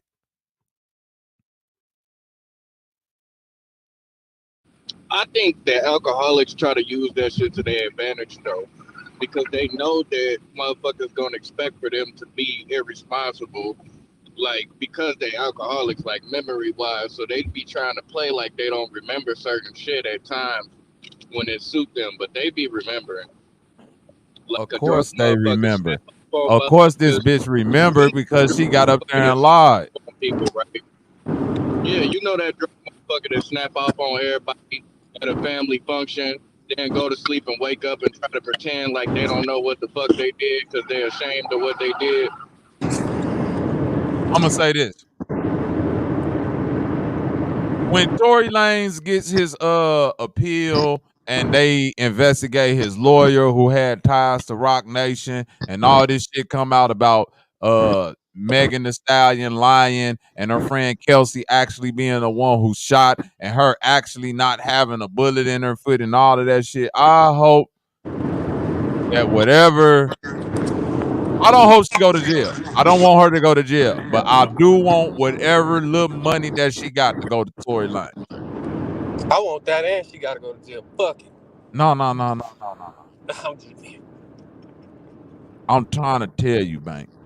I want all that money that would have went to her to go to Tory and the bitch to be outside, fucked up. I want to see you. Only reason why I say she deserves jail is just because them niggas wish for that nigga to go to jail. She deserved jail. No, don't get me wrong. She deserved jail. I'm saying on some revenge shit.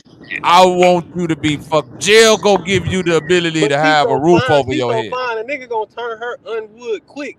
Like, it's some nigga out there that's waiting for her to go wood so he can step in. That is true.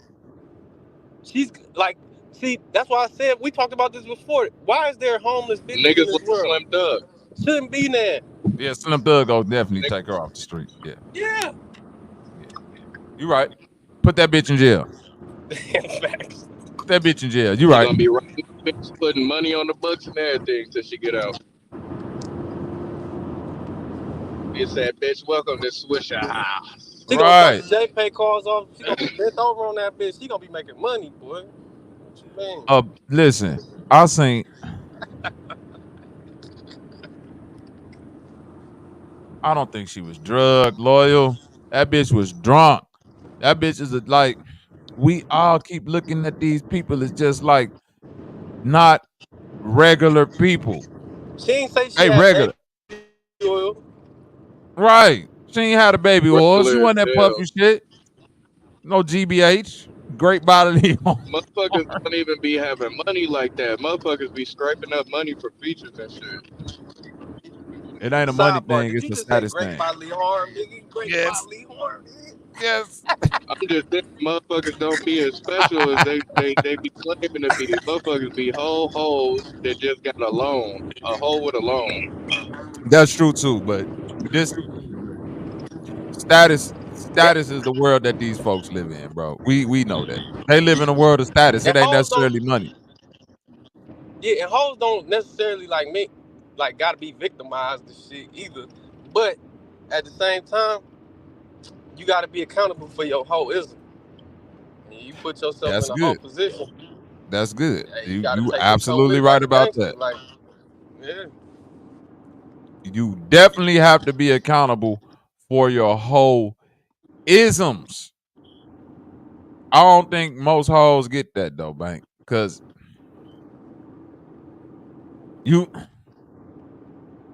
it's like what we were just saying about the drunk shit and all that shit, right? You gotta be. Delaney said they do that because they know people go look out and out, but it's also a motherfucker that's looking at that like waiting to take advantage. You see what I'm saying? Why put yourself in these situations? Because most bitches know who they can play that with and not play that with. You do that with the wrong nigga and he killing you and your best friend in the back of that truck. You feel me? He just go kill motherfuckers. Like, fuck it, I'll just get the busing.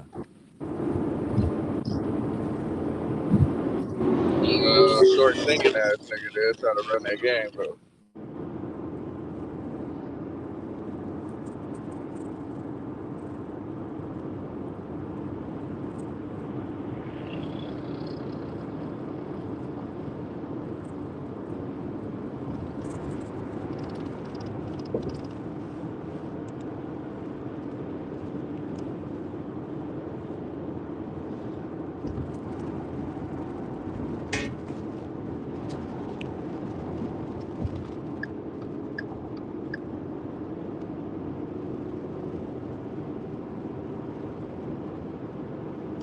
My fault, y'all. I had a phone call. Loyal, hit the link, nigga. We see you out there. And my sister Popcorn. What's up with it, Pop? What's up, Pop? You see what I'm saying, Pop? That alcoholic shit be an easy way to cop out of some shit, boy.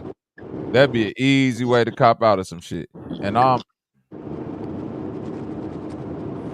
it get to the point where motherfuckers be lying so much about what they remember, they get used to lying about that shit and just getting real motherfucking irresponsible. And they'll tell you, like, you know, I don't remember shit when I get drunk. Like, that shit normal. Mm-hmm.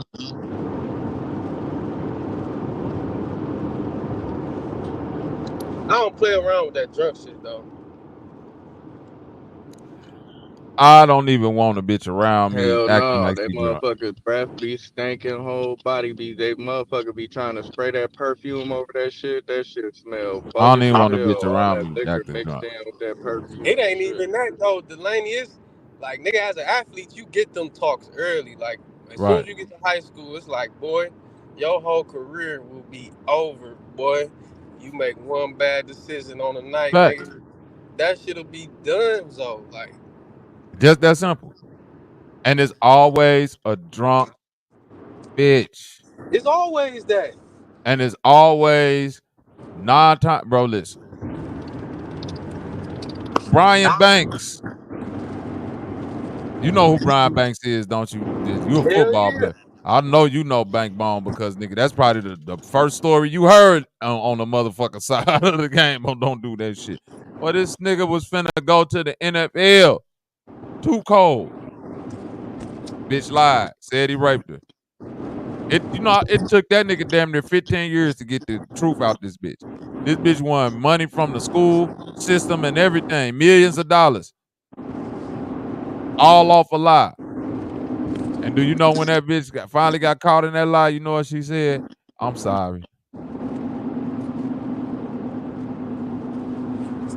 Now, I know it might not seem right, but y'all gotta understand, and that it's too many moments right now in modern day time where it's example of men being better than women. Because I don't know a woman alive that can probably walk through a situation like that and accepting a sorry for a nigga.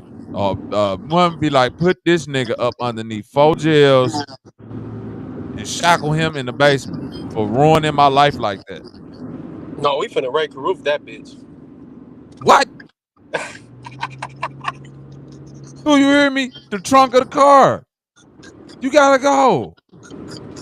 So that's all I'm saying though, man. Like when you hear something like that, you gotta understand Brian Banks heard this lady sat in his face and said, I lied and I'm sorry.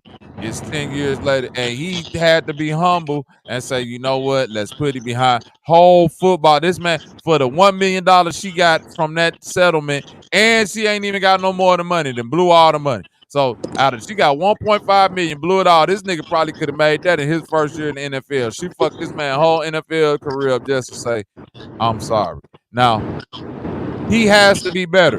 You want to know why he better and why I'm trying to say like women supposed to be better? Because the normal reaction to that is to strangle a motherfucker. That would have been a perfectly acceptable reaction. If any other person would have been in that situation and the bitch that accused you of raping her and ruined your dreams of being a millionaire stood in front of you 10 years later and said, yeah, I made it all up and I'm sorry. If you start strangling that motherfucker, I don't think nobody gonna be like, you a bogus ass person. They shouldn't. Hell no, because the NBA ain't finna give his ass no another shot. That's the only way to make that better. Let me get a whole bunch of money, and the NFL need to give me another offer. Man, they finna put that nigga in contempt of court and send Facts. him back. Facts. Lawyer, what's good with it, my nigga? What's I'm gonna up, take her y'all? ass to New York. Hey, I'm gonna take her ass to New York where assaults ain't a big thing. I'm gonna take her ass to New York. I'm like, I want to fly you out. I'm gonna choke the shit out of her. Shit. You go to New York and do that shit. You and Diddy gonna be in the same holding cell, nigga. Hey, this nigga crazy, boy. They gonna have Diddy check you in, like, nigga. Right, Diddy gonna be All right these there waiting for you to pretending come niggas. in. I've been waiting on you, Hey, doing Playboy. that shit. So They did got you get him in as a there? I've been greeter waiting on you, at the Playboy. prison and Yeah. shit. I heard about you. And I they said, Take man, that, told go take your that, Diddy, ass take out. that, take that. they told Not Diddy I he ain't could get heard about time you. off. Diddy hit you And without I they heard told that about you, nigga boy. You Diddy a he could vicious get nigga. time off if he be a greeter for the prison and shit. What you got in the world of niggas today, lawyer? Give it to us. Yeah, go ahead, man. Get it off, bud. You know, bullshit. You know, I don't feel no sympathy for him either. But you know, all these niggas be drugging each other and playing games and shit. So Shit, I don't even think I, they gotta drug each other. They be taking the drugs they damn self. I think it's like they initiate each other to see, you know, who gonna break first and shit. Any nigga name himself Brother Love, that's the real suspect. Or any nigga that name himself Puff Daddy. Come on, man. Puff He Daddy, did. nigga. You can't come up with another name? Shit. I'm still trying to figure out what Dirty Diddy money is. That It's sounds the like some money shit that's he soaked doing. in baby oil and fecal matter. That sounds like some shit he done use the money to do some notorious BUTT shit with. This nigga.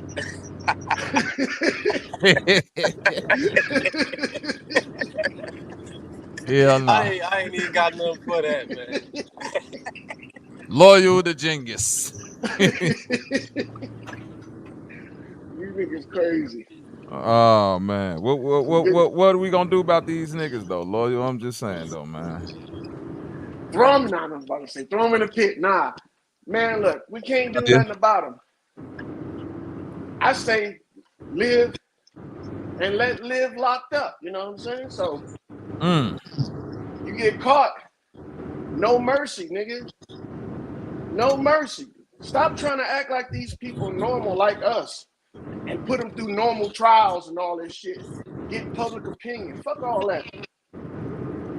You get Okay. caught doing this devious shit, you need a devious punishment. There's always judgment for the fucking wicked. Now that's what I agree with you. But what I don't agree with you is that it's not always punishment for the wicked. It's not. It's Nah, not. they be getting off. It's not always punishment for the wicked because the number one, who you think killed more people last year, men or women? I'm gonna say men. Wrong. Women, because men can't have abortions. Oh, this nigga's. Oh, okay, yeah. Okay, I Crazy. see where you're coming from. I thought you was gonna say You should, you know what? If you would have transgenders is said men. indiscriminately, unfucking prohibited, and also rewarded, I would have been like, yeah, I'm not. automatically. I ain't got to say all that because murder is murder. I don't give a fuck if it's rewarded or not. If you don't go to jail for it or not.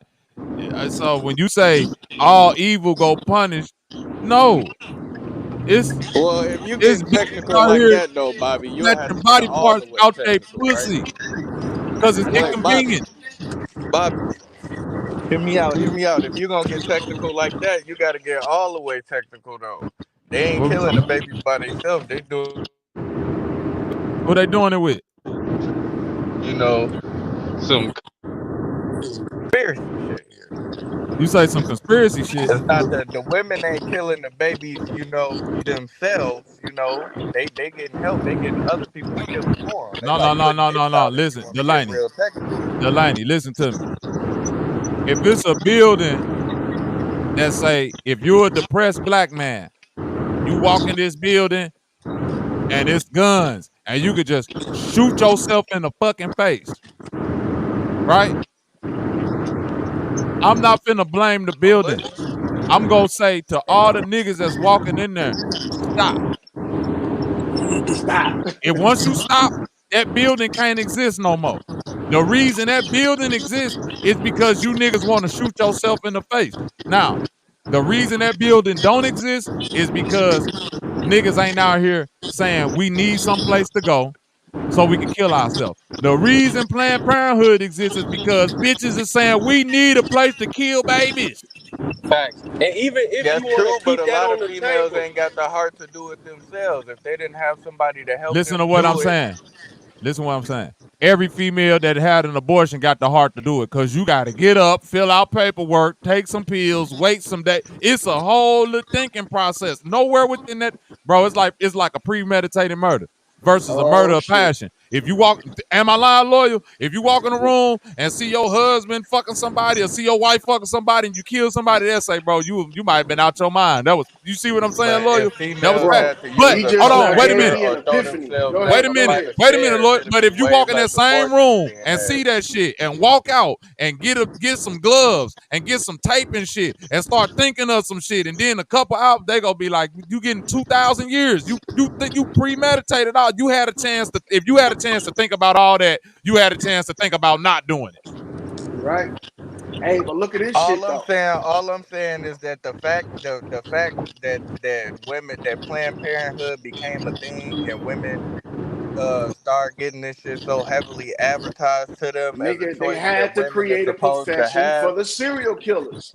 There we Yeah, go. gave it, but look, it kind of convinced a lot of women to think that it was normal because they didn't have to no longer use a coat hanger or do no weird crazy shit to get rid of the baby. It started being Listen to looked what at I'm as telling you normal. They though. could just take pills or do Delaney, whatever. That listen. coat hanger shit was a lie, Delaney, A dog. listen to lot what of I'm people telling you, just go Delaney. along with it because Delaney, most listen to what I'm women telling feel you. like they supposed to take women's side, The coat bro. They hanger, don't but want we to be the listen though, Delaney. eyeball. We taking the exception and making a rule. That coat hanger shit is the minority. Any bitch that'll walk somewhere and let a motherfucker stick a hanger in their body and pull a baby out is nuts. For It's one. nuts, For nigga. two, hold on, Delaney. For two, ain't no pill made to kill no baby. That's the morning after pill. That morning after pill kills a unfertilized, kills a fertilized egg. What the abortion process? That's actually taking a miniature human inside your body, chopping it up and vacuuming it out. That's the most plain way I can put that shit. That's exactly what happened.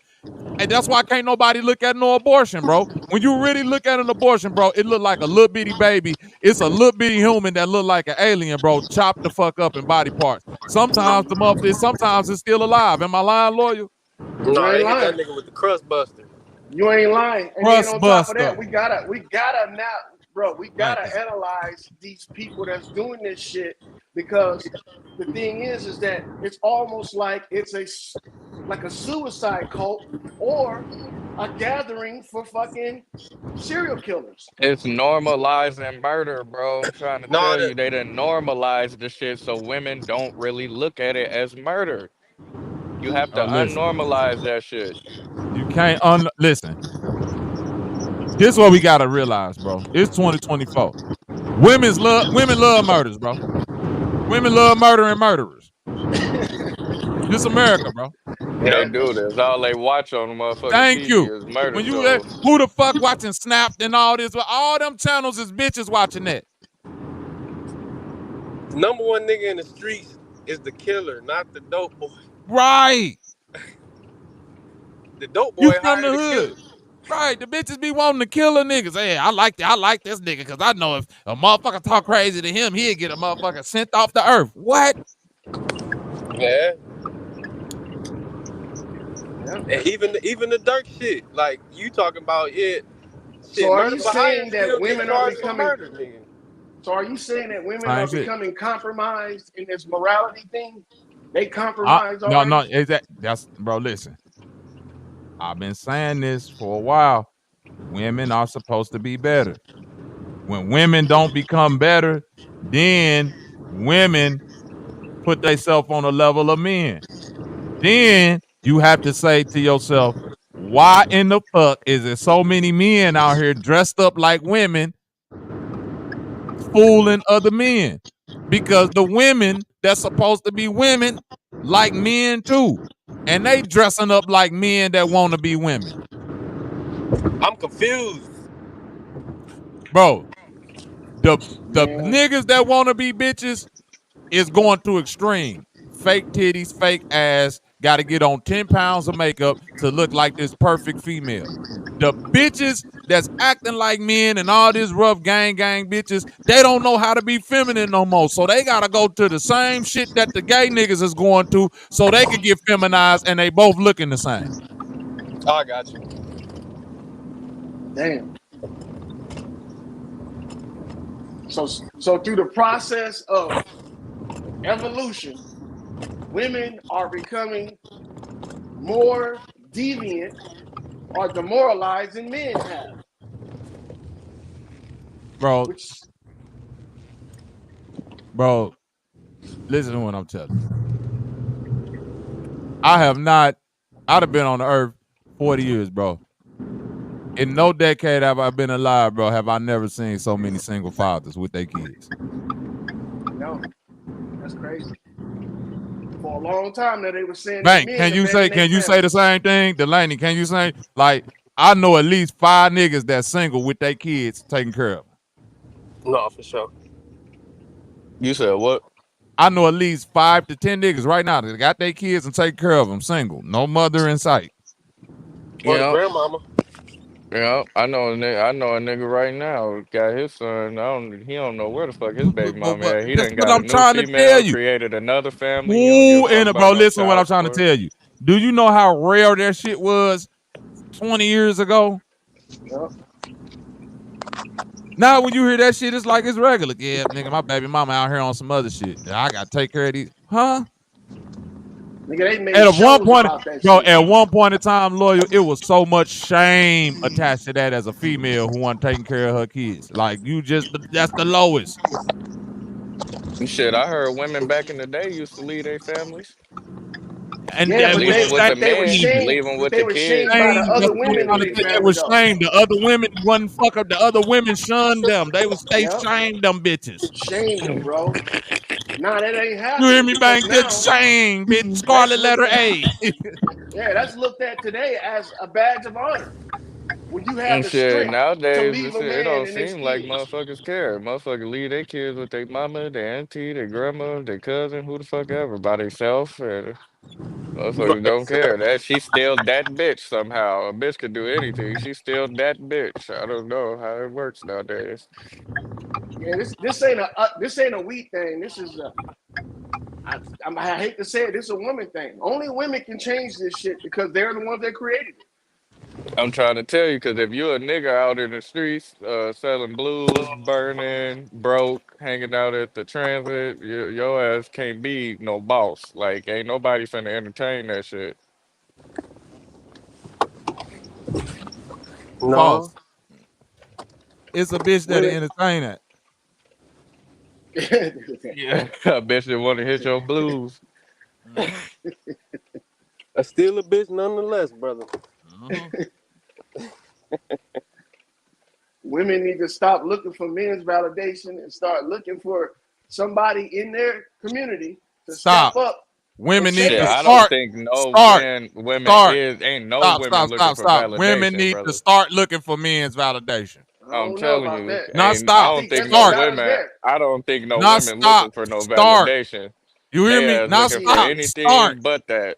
Ain't no niggas validate, bro. Niggas don't validate fake titties, fake ass, 10 pounds of makeup, all that yucky, then goofy ass shit you put in your hair. Them Africans that's planking across your motherfucking eyelids. Niggas ain't co-signing none of that shit. Yeah, but they asking for men to accept them as equals. That's what I'm saying. And niggas ain't accepting that neither. There. Well, that's what I'm saying. They need to stop looking for men to accept them as equals and start equalizing themselves and shit. Oh, no. You can't be fucking, you can't have all of these fucking bad things behind you and trying to start anew, and you can't solve any of them problems behind you. You got to solve that shit first before you step forward. Problems like I think motherfuckers start fucked up when they start comparing men to women because it's different roles. I don't even think you should ever even do that. That's All just right. kind of stupid So to me. Bobby, you say what problems? That inferiority complex they have. That's self issues. Exactly. That's what they need to fix. They need to fix that shit in themselves first before they try to move forward. Also, another thing is this right here. Looking at themselves like they are better than the life that they hold Them inside self of them. issues. And I'm not disagreeing Bro. with you that things exist, but when I look at when I hear the word problem, loyal, I usually deduce a problem down to something that affect everybody. You see what I'm saying? Or It's not affecting something everybody that though. not, but that's what I'm saying. When I say a problem is like the pipes leaking. You see what I'm saying? Or motherfucking the motherfucking the electrical socket fucking up or some shit. That's them problems. Even though I'm That's just man making shit. That shit no, we can but I'm saying fix. no. That shit anybody can fix.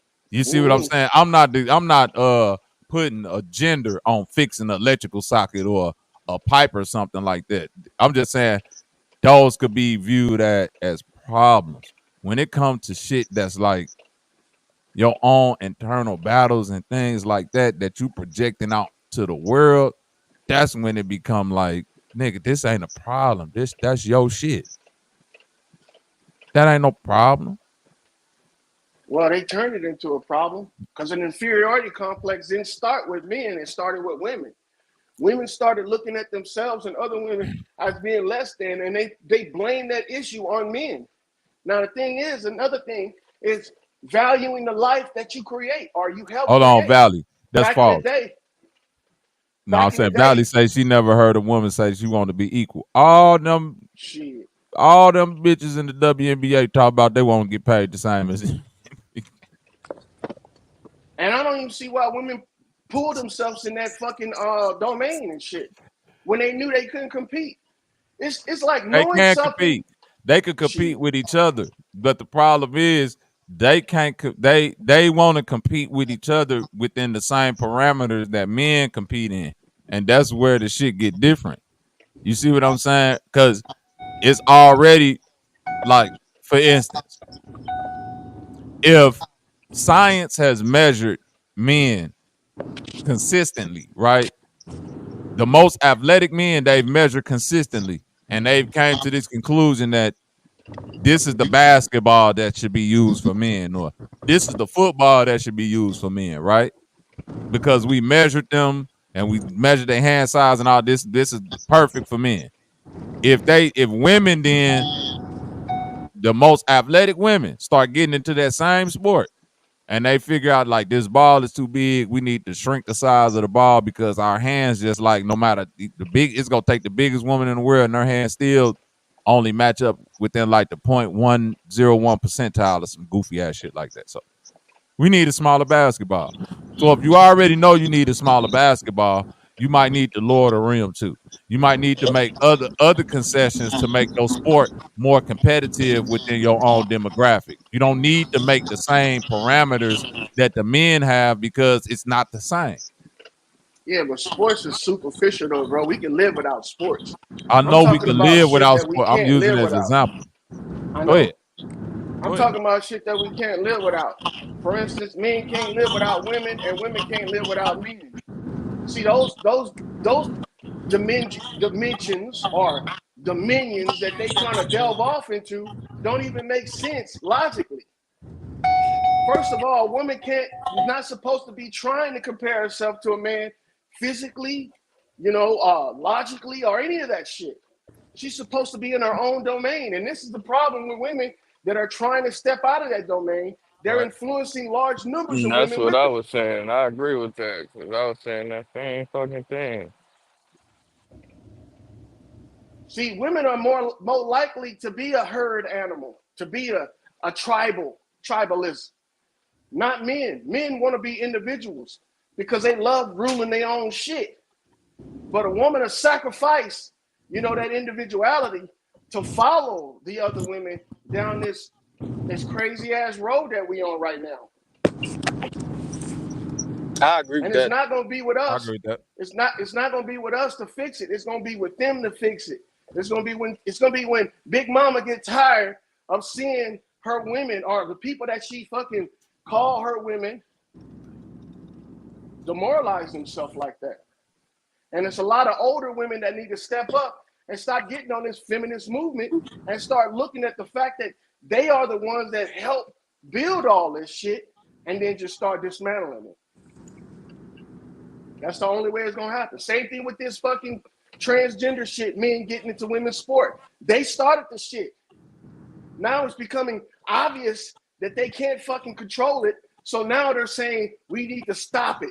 We need to dismantle it. The same thing's gonna happen with abortion and all that shit. But they looking for a man to do it because they know that we are fixers, that we'll fix the shit. And you know what our fix is? If it ain't working, don't fucking use it. Throw it away. Man, I heard a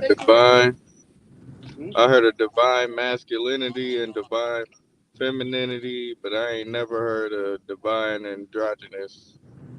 Shit, that's what they create. I don't give a fuck about no divinity. Know what I'm saying? Even though we say divine this and divine there that. ain't nothing wrong with the roles that women could play, and they don't have to feel like they gotta play men's roles in order to be looked at as an equal. Listen, they don't. And I get that. But even the ones that don't feel like they don't have to play the role of a man, the role of a woman today, that shit's skewed. The role of most women today ain't shit, man. Let's just be real. They don't know what it is. Most women today ain't shit. It's just a bad bitch that shit at the house and look good and can't cook. Cardi B can't cook, can't clean. Bitch got a wet, yeasty ass pussy and a bunch of kids to give you. That's it. That's the role of most women today. And a nigga, and that bitch don't even want a nigga that make a good living. A nigga, you see what I'm saying? Her eyes is on a millionaire. So any nigga that could possibly be a viable husband for her, she will not consider if that nigga's not a millionaire. But she gonna let this nigga get that pussy though. Oh yeah, you can beat the pussy up. But that's the thing. But this the thing that the nigga that wanna wipe you up, that's really what he wiping you up for. The mileage on your coochie, man, and your personality. Let's not get this shit twisted, man. God damn, your granddaddy, your daddy, somebody should have been told you hoes this shit at this point. Don't know, there ain't no men out here not playing this, oh, you do what the fuck you want to do with your body, man. That shit dead. Motherfuckers is not accepting that. Cause a real man gonna look at the baby as something of his own doing. This is something that I got a part in. So hell no, you don't got 100% say on what you gonna do with the nigga, cause I want it. There we go. But look, at the same time, this is the reason why we in this situation we in. You know, making a point about a woman's value based on her sexuality. I don't even understand that shit. What you mean? I mean, we shouldn't be valuing a woman based on how many men she slept with, how many men she Yes, we should. See, when we do that, yes, we should. Away the value. We take away the value of what a woman really is by doing that. How? Because back in the day, we had women that had 20 children. By how many men? So by one man. Okay, then. But look, you making my point. Hold on, I know I'm making your point. Semi making your point. But at the same time, she still got fucked 1,000 times. By how many niggas? By the one nigga. That's the point that I'm making. But the point is that she still got fucked. The point I'm making. No. The point I'm making. It's one nigga. Yes, it do. But she righteously fucked one nigga. Bro. Yes, they do. Ain't no such thing as a righteous fuck, nigga. Fuck yes, it is. No, yes, it is. Nigga. Come on, man. Come on, man. You acting like it ain't rude. That's just like saying a nigga that fucked 1,000 women and a woman that fucked 1,000 men, they not the same. It ain't the same. Yes, it is, nigga. No, it's not the same. He still performed the act of sex. Bro, not if the all same. I gotta do is say you can fuck and then you fuck, it's different from me having to actually talk to 1,000 bitches and fuck them. Stop. Man, gone. That's that male chauvinist shit right there. Hey, That's the check this reason why out. we have feminists. Check this out. If I stick my hand in a jar of peanut butter and eat the peanut butter off my hand and wash it off, I could use my hand again. If that jar of peanut butter had 20 different hands in it, the 21st nigga is stupid as hell if he want to stick his hand in there and eat some more peanut butter. I don't want no peanut butter out there. I don't care if I'm putting every jar of peanut butter that I put my hand in, I don't want nobody else's hand to be in there before. I want it to be a fresh jar of peanut butter that cracked the seal open and the only hand been up in that motherfucker is mine. I got smoke with that. Can we go back and forth about that? Let me go up in the motherfucking peanut butter jar and see somebody else's fingerprints in that bitch. I guarantee you I won't be eating out that motherfucker no more. See, because you looking at the woman as the peanut butter and not as a jar, nigga. You can reuse that jar and put fresh peanut butter in it every time, nigga. You say what? Use no Jif jar, nigga. When the last time you the woman is the jar, nigga. Well, nobody know. You throw all that shit away. Come on, man. I ain't never reused no motherfucking peanut jar. Look, we can say the same thing. Look, you wouldn't take a spoon, put it in the peanut butter, then put it in the jelly, and then put it in the mayonnaise, and then expect the motherfucker to be like, delicious. But see, you look. I rinse all that shit off there. Yeah, just like the jar. But I guarantee you this: if you take that same spoon that's been in that jelly and that mayonnaise and all that shit, it's gonna be a little peanut butter and motherfucking jelly in the mayonnaise thing, and you ain't never gonna be able to get it out, no matter how much you mix it. Every time you taste that mayonnaise, you're gonna be that bitch tastes funny. Bro, if the man is the spoon, why would the woman be peanut butter? Wouldn't the woman be the jar? The woman could be going in. You're going in the jar. You're going in it. What are you talking about? You are going in the jar, but look, just because a woman has 20 babies, don't mean she's less than a woman that didn't have any. If she got 20 babies by one nigga, she not less. If she got 20 babies by 20 different niggas, she less. That's preference. That's my opinion. That's preference. No, that's reality. That's inherent value of things, nigga. That's the reality. Like, how many times can you sell a car before the value go down, nigga? Like, come on, man. As many times as you want. If the bitch is running, you can sell it as many times as you want. Man, that bitch had 3 previous owners on the Carfax. I'm cool. Yeah. It don't matter, but she ain't been wrecked. She ain't been destroyed. She has been wrecked. No, she ain't, man. See, y'all looking at, and this is the reason why feminism exists. It's because they don't recognize their own value, so they pretend that they recognize the female's value. Whoa. You looking at yourself like the peanut butter on your hand. You're not looking at the fact is that your utensil that you're using to scoop the peanut butter is the only thing that matters. Because guess what? Back in the day, we was making our own peanut butter. You ain't gonna fucking waste. This nigga is going all the way. I don't know where this nigga going. Because man, it started from one thing and it rose into all of this other shit, and y'all only looking at all the other shit. And so let me ask you this, lawyer. If you and 2 of your homies fucked the bitch in a threesome and she got pregnant, would you be proud that the baby ended up being yours? Nope, but I'll be proud of my baby. Stop. Case closed. No, he said no. He said no. Matter. Look. Every day you will look at. Every day you will look at. Proud of your baby. That nigga's the stain you of the automatically family. show respect to the mother. You automatically show respect to the mother. And what would you say every time when your son grow up and say, "Dad, how did you meet mommy?" Bro, that shit don't even come up in fucking conversation. You know that. It do though. You know that. You ain't gonna tell your kid.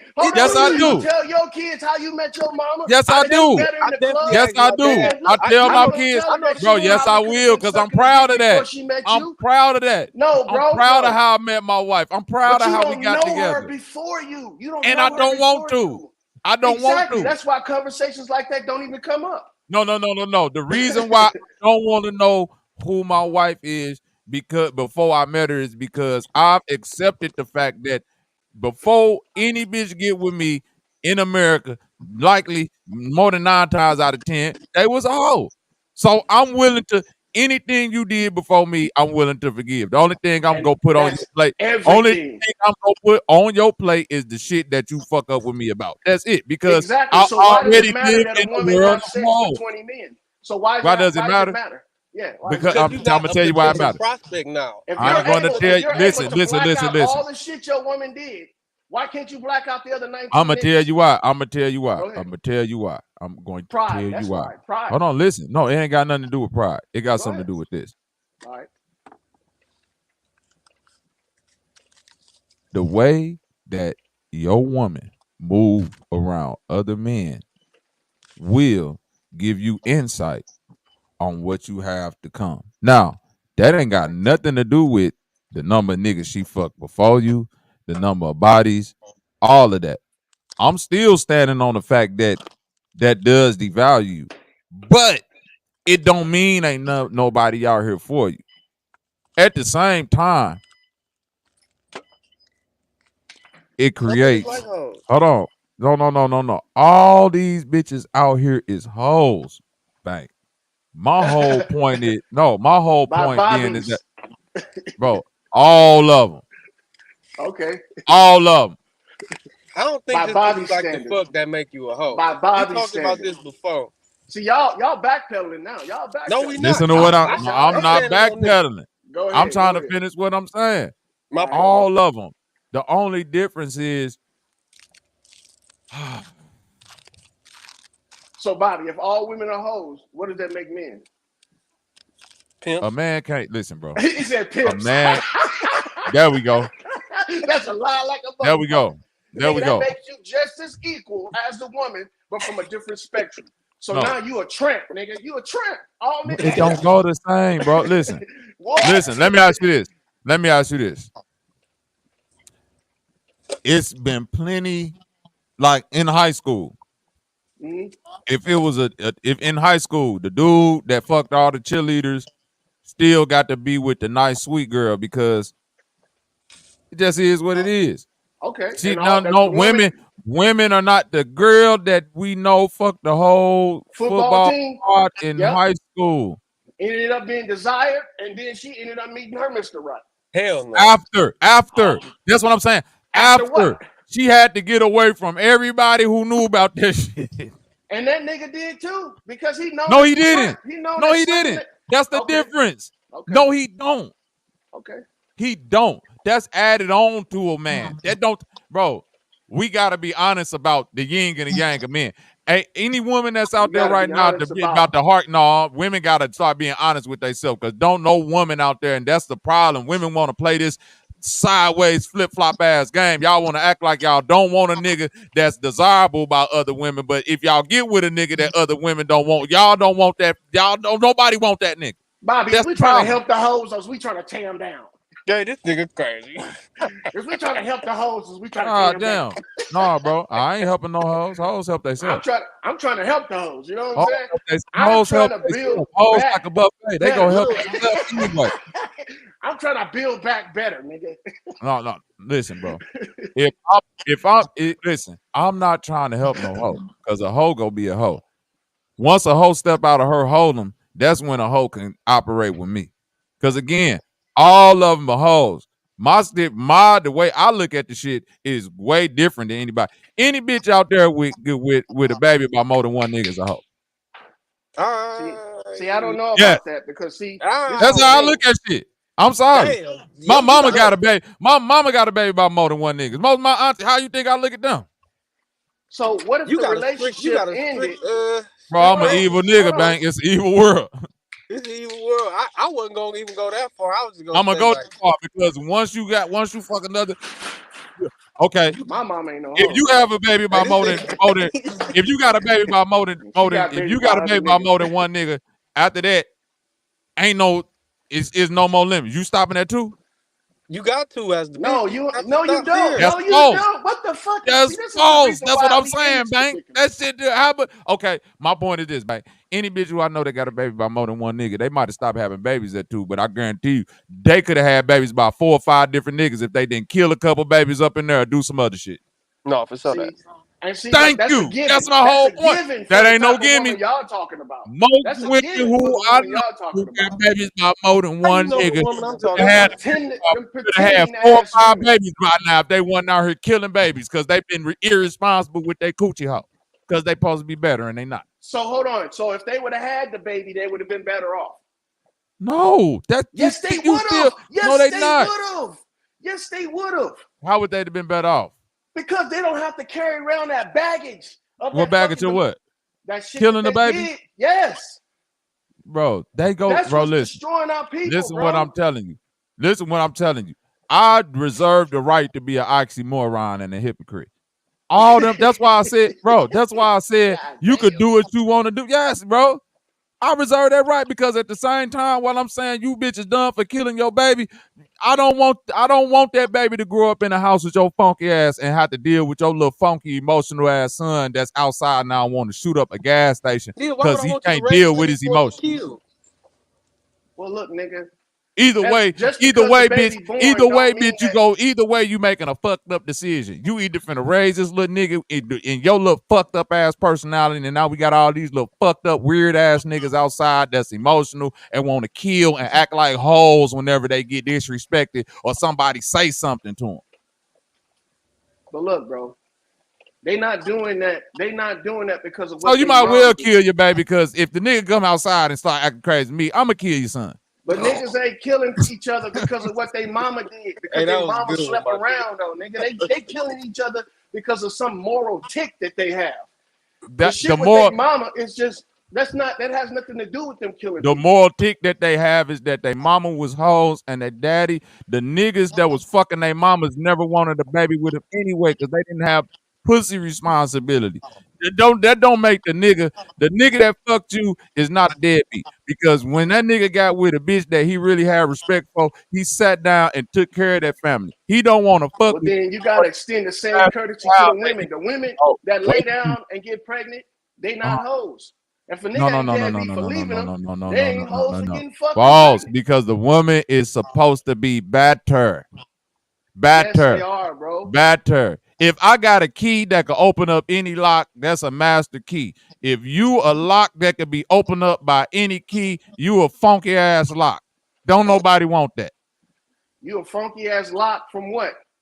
From if you're a lock that can be opened by any key, loyal. If you could, loyal. So you telling me if you had a lock that any key could open it, you bought a lock and locked some shit up, and any nigga got skeleton keys, all type of keys. Just put some bobby pins. Open this lock up, Nick. Okay. And you gonna put that lock on your most prized possession? Hell yeah, because a lock is better than no lock, nigga. Perception. No, you might. It's the same as not having no lock. It's the same as having no lock. All I need is a crowbar. This nigga loyal one of them niggas. He'll put the ADT sign in his yard and on me with no system.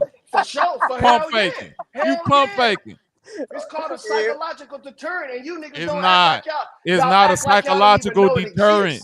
Bro, listen, it's not a psychological deterrent. It's bro, guess what? Why ain't nobody broke into my you want to know why? Because you want to know why? It's the same reason why that same psychological deterrent is why niggas marry hoes and then move somewhere far away and try to keep them locked up in the house because they fear today that they go out somewhere and that hoe sees somebody and she can't control herself. That's all this shit is. That's not the woman. That's the man. That's the man. That's not the woman. I just said that. I just said that. Yeah.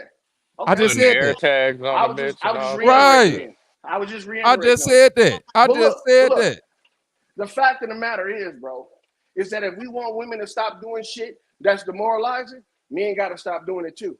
And on top of that, we can't blame. Look, we can't blame. Wrong. Women are better. Look, we can't blame a woman's sex life on the kids that's out there killing each other. Women are better. Yes, you can when they come out the coochie. No, you can't, man, because they came out your dick too. No. So you just as much as fault as she is. No.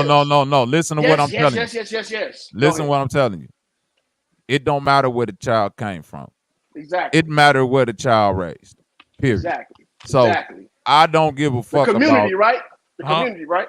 The community on top of the household. So it's a lot of single mother households where a child could grow up in single father households where a child could grow up where it's fucked up and it's good and vice versa.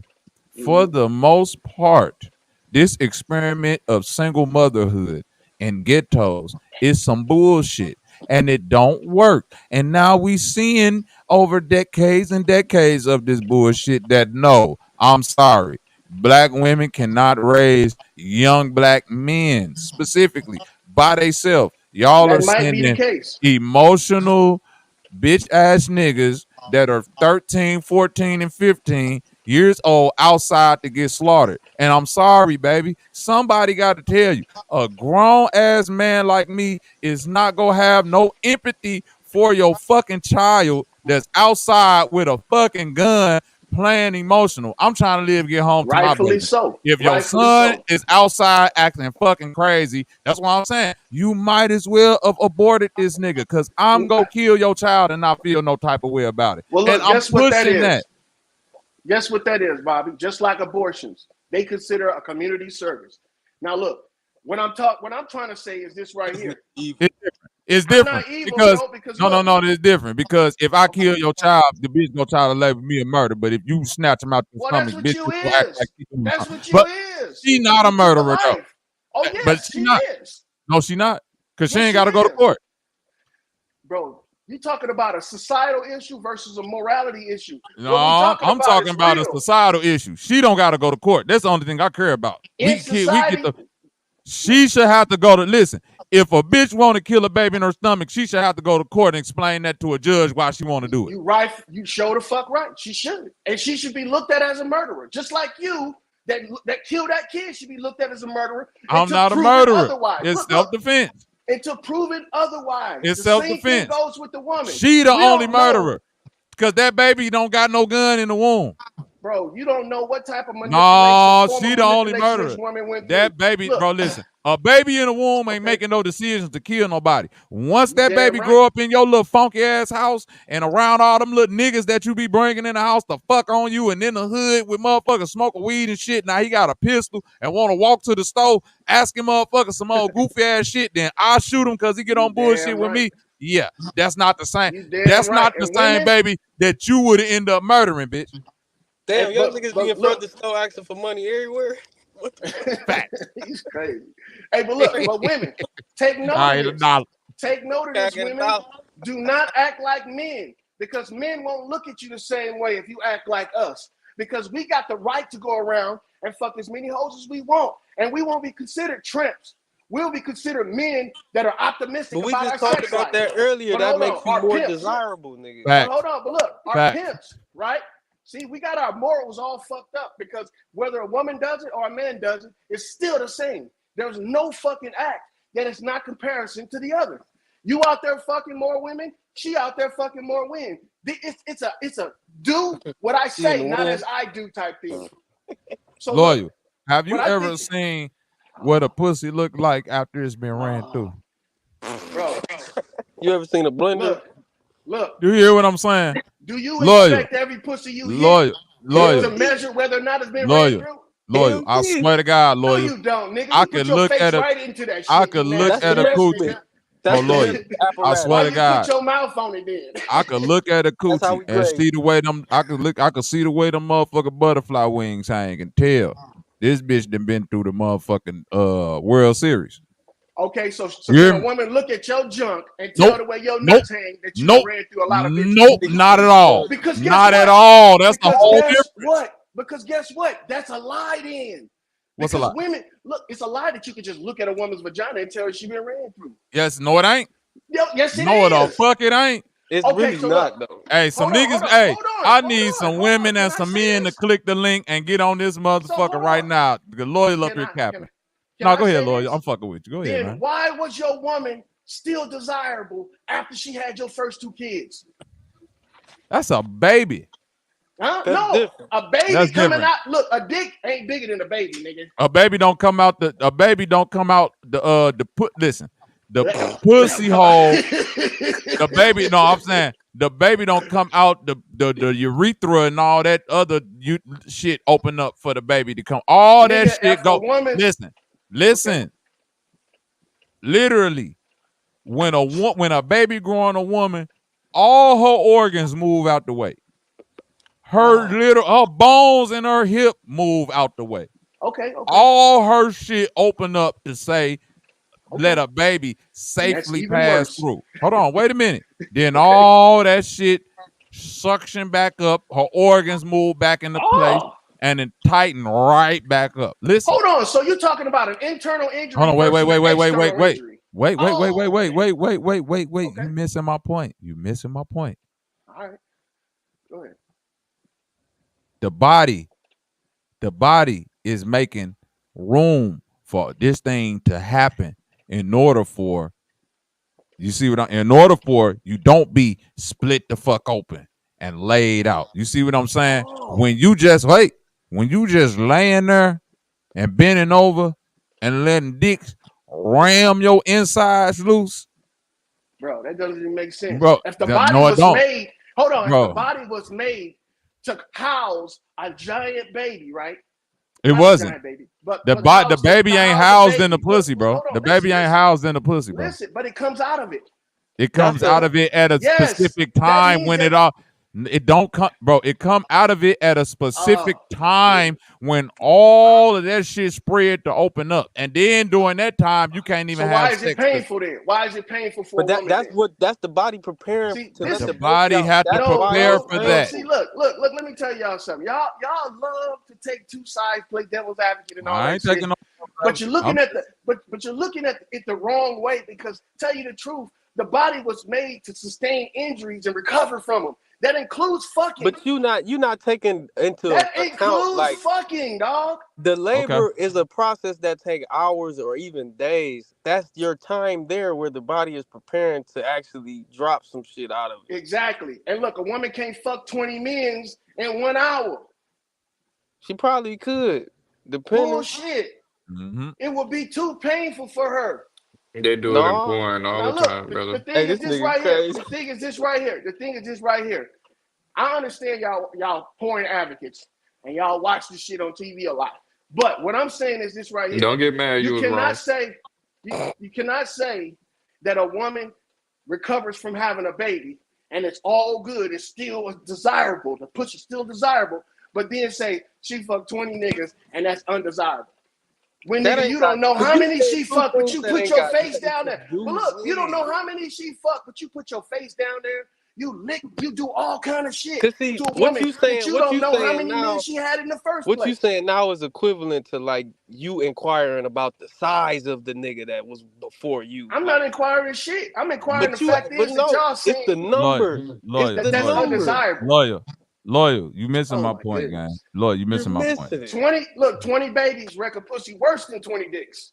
Hell fucking no. No, the fuck they don't. No, it don't. Not in my world. Shit. Not in my world. And for two, even with your point of like you talking about, you put your face down there and don't know that. That's the whole point of what I'm talking about with hoes versus this shame versus no shame. Listen, for all we know, every bitch in the 50s could have been a hoe like Sexy Red, but they had shame. I'm agreeing with you, Loyal, but what I'm saying is it was a level of shame and shit that they knew not to walk around in society a certain type of way because we got children and shit that we need to be more upstanding about. So you can go down on a woman back then because you didn't know. A bitch wasn't just a hoe. If you eat Sexy Red pussy, you know this bitch done said she had gonorrhea, all type of shit. You know exactly what you're getting from eating that pussy. See, it's the difference, but bro, listen, Loyal. Right now, Loyal. When you go into a motherfucking grocery store or a gas station and you get a can of soda, do you get in your car and just pop the top on that bitch and drink it? No, I don't. What you do with it? I pour it in a glass. You pour it in. You ain't never. So you got a glass waiting in every car you get in. No, look. If I go in the store and I buy a can of soda, make it Loyal. I'm buying it for later. I'm not buying it for now. Loyal. You ain't never just bought a soda out the store and just drunk it.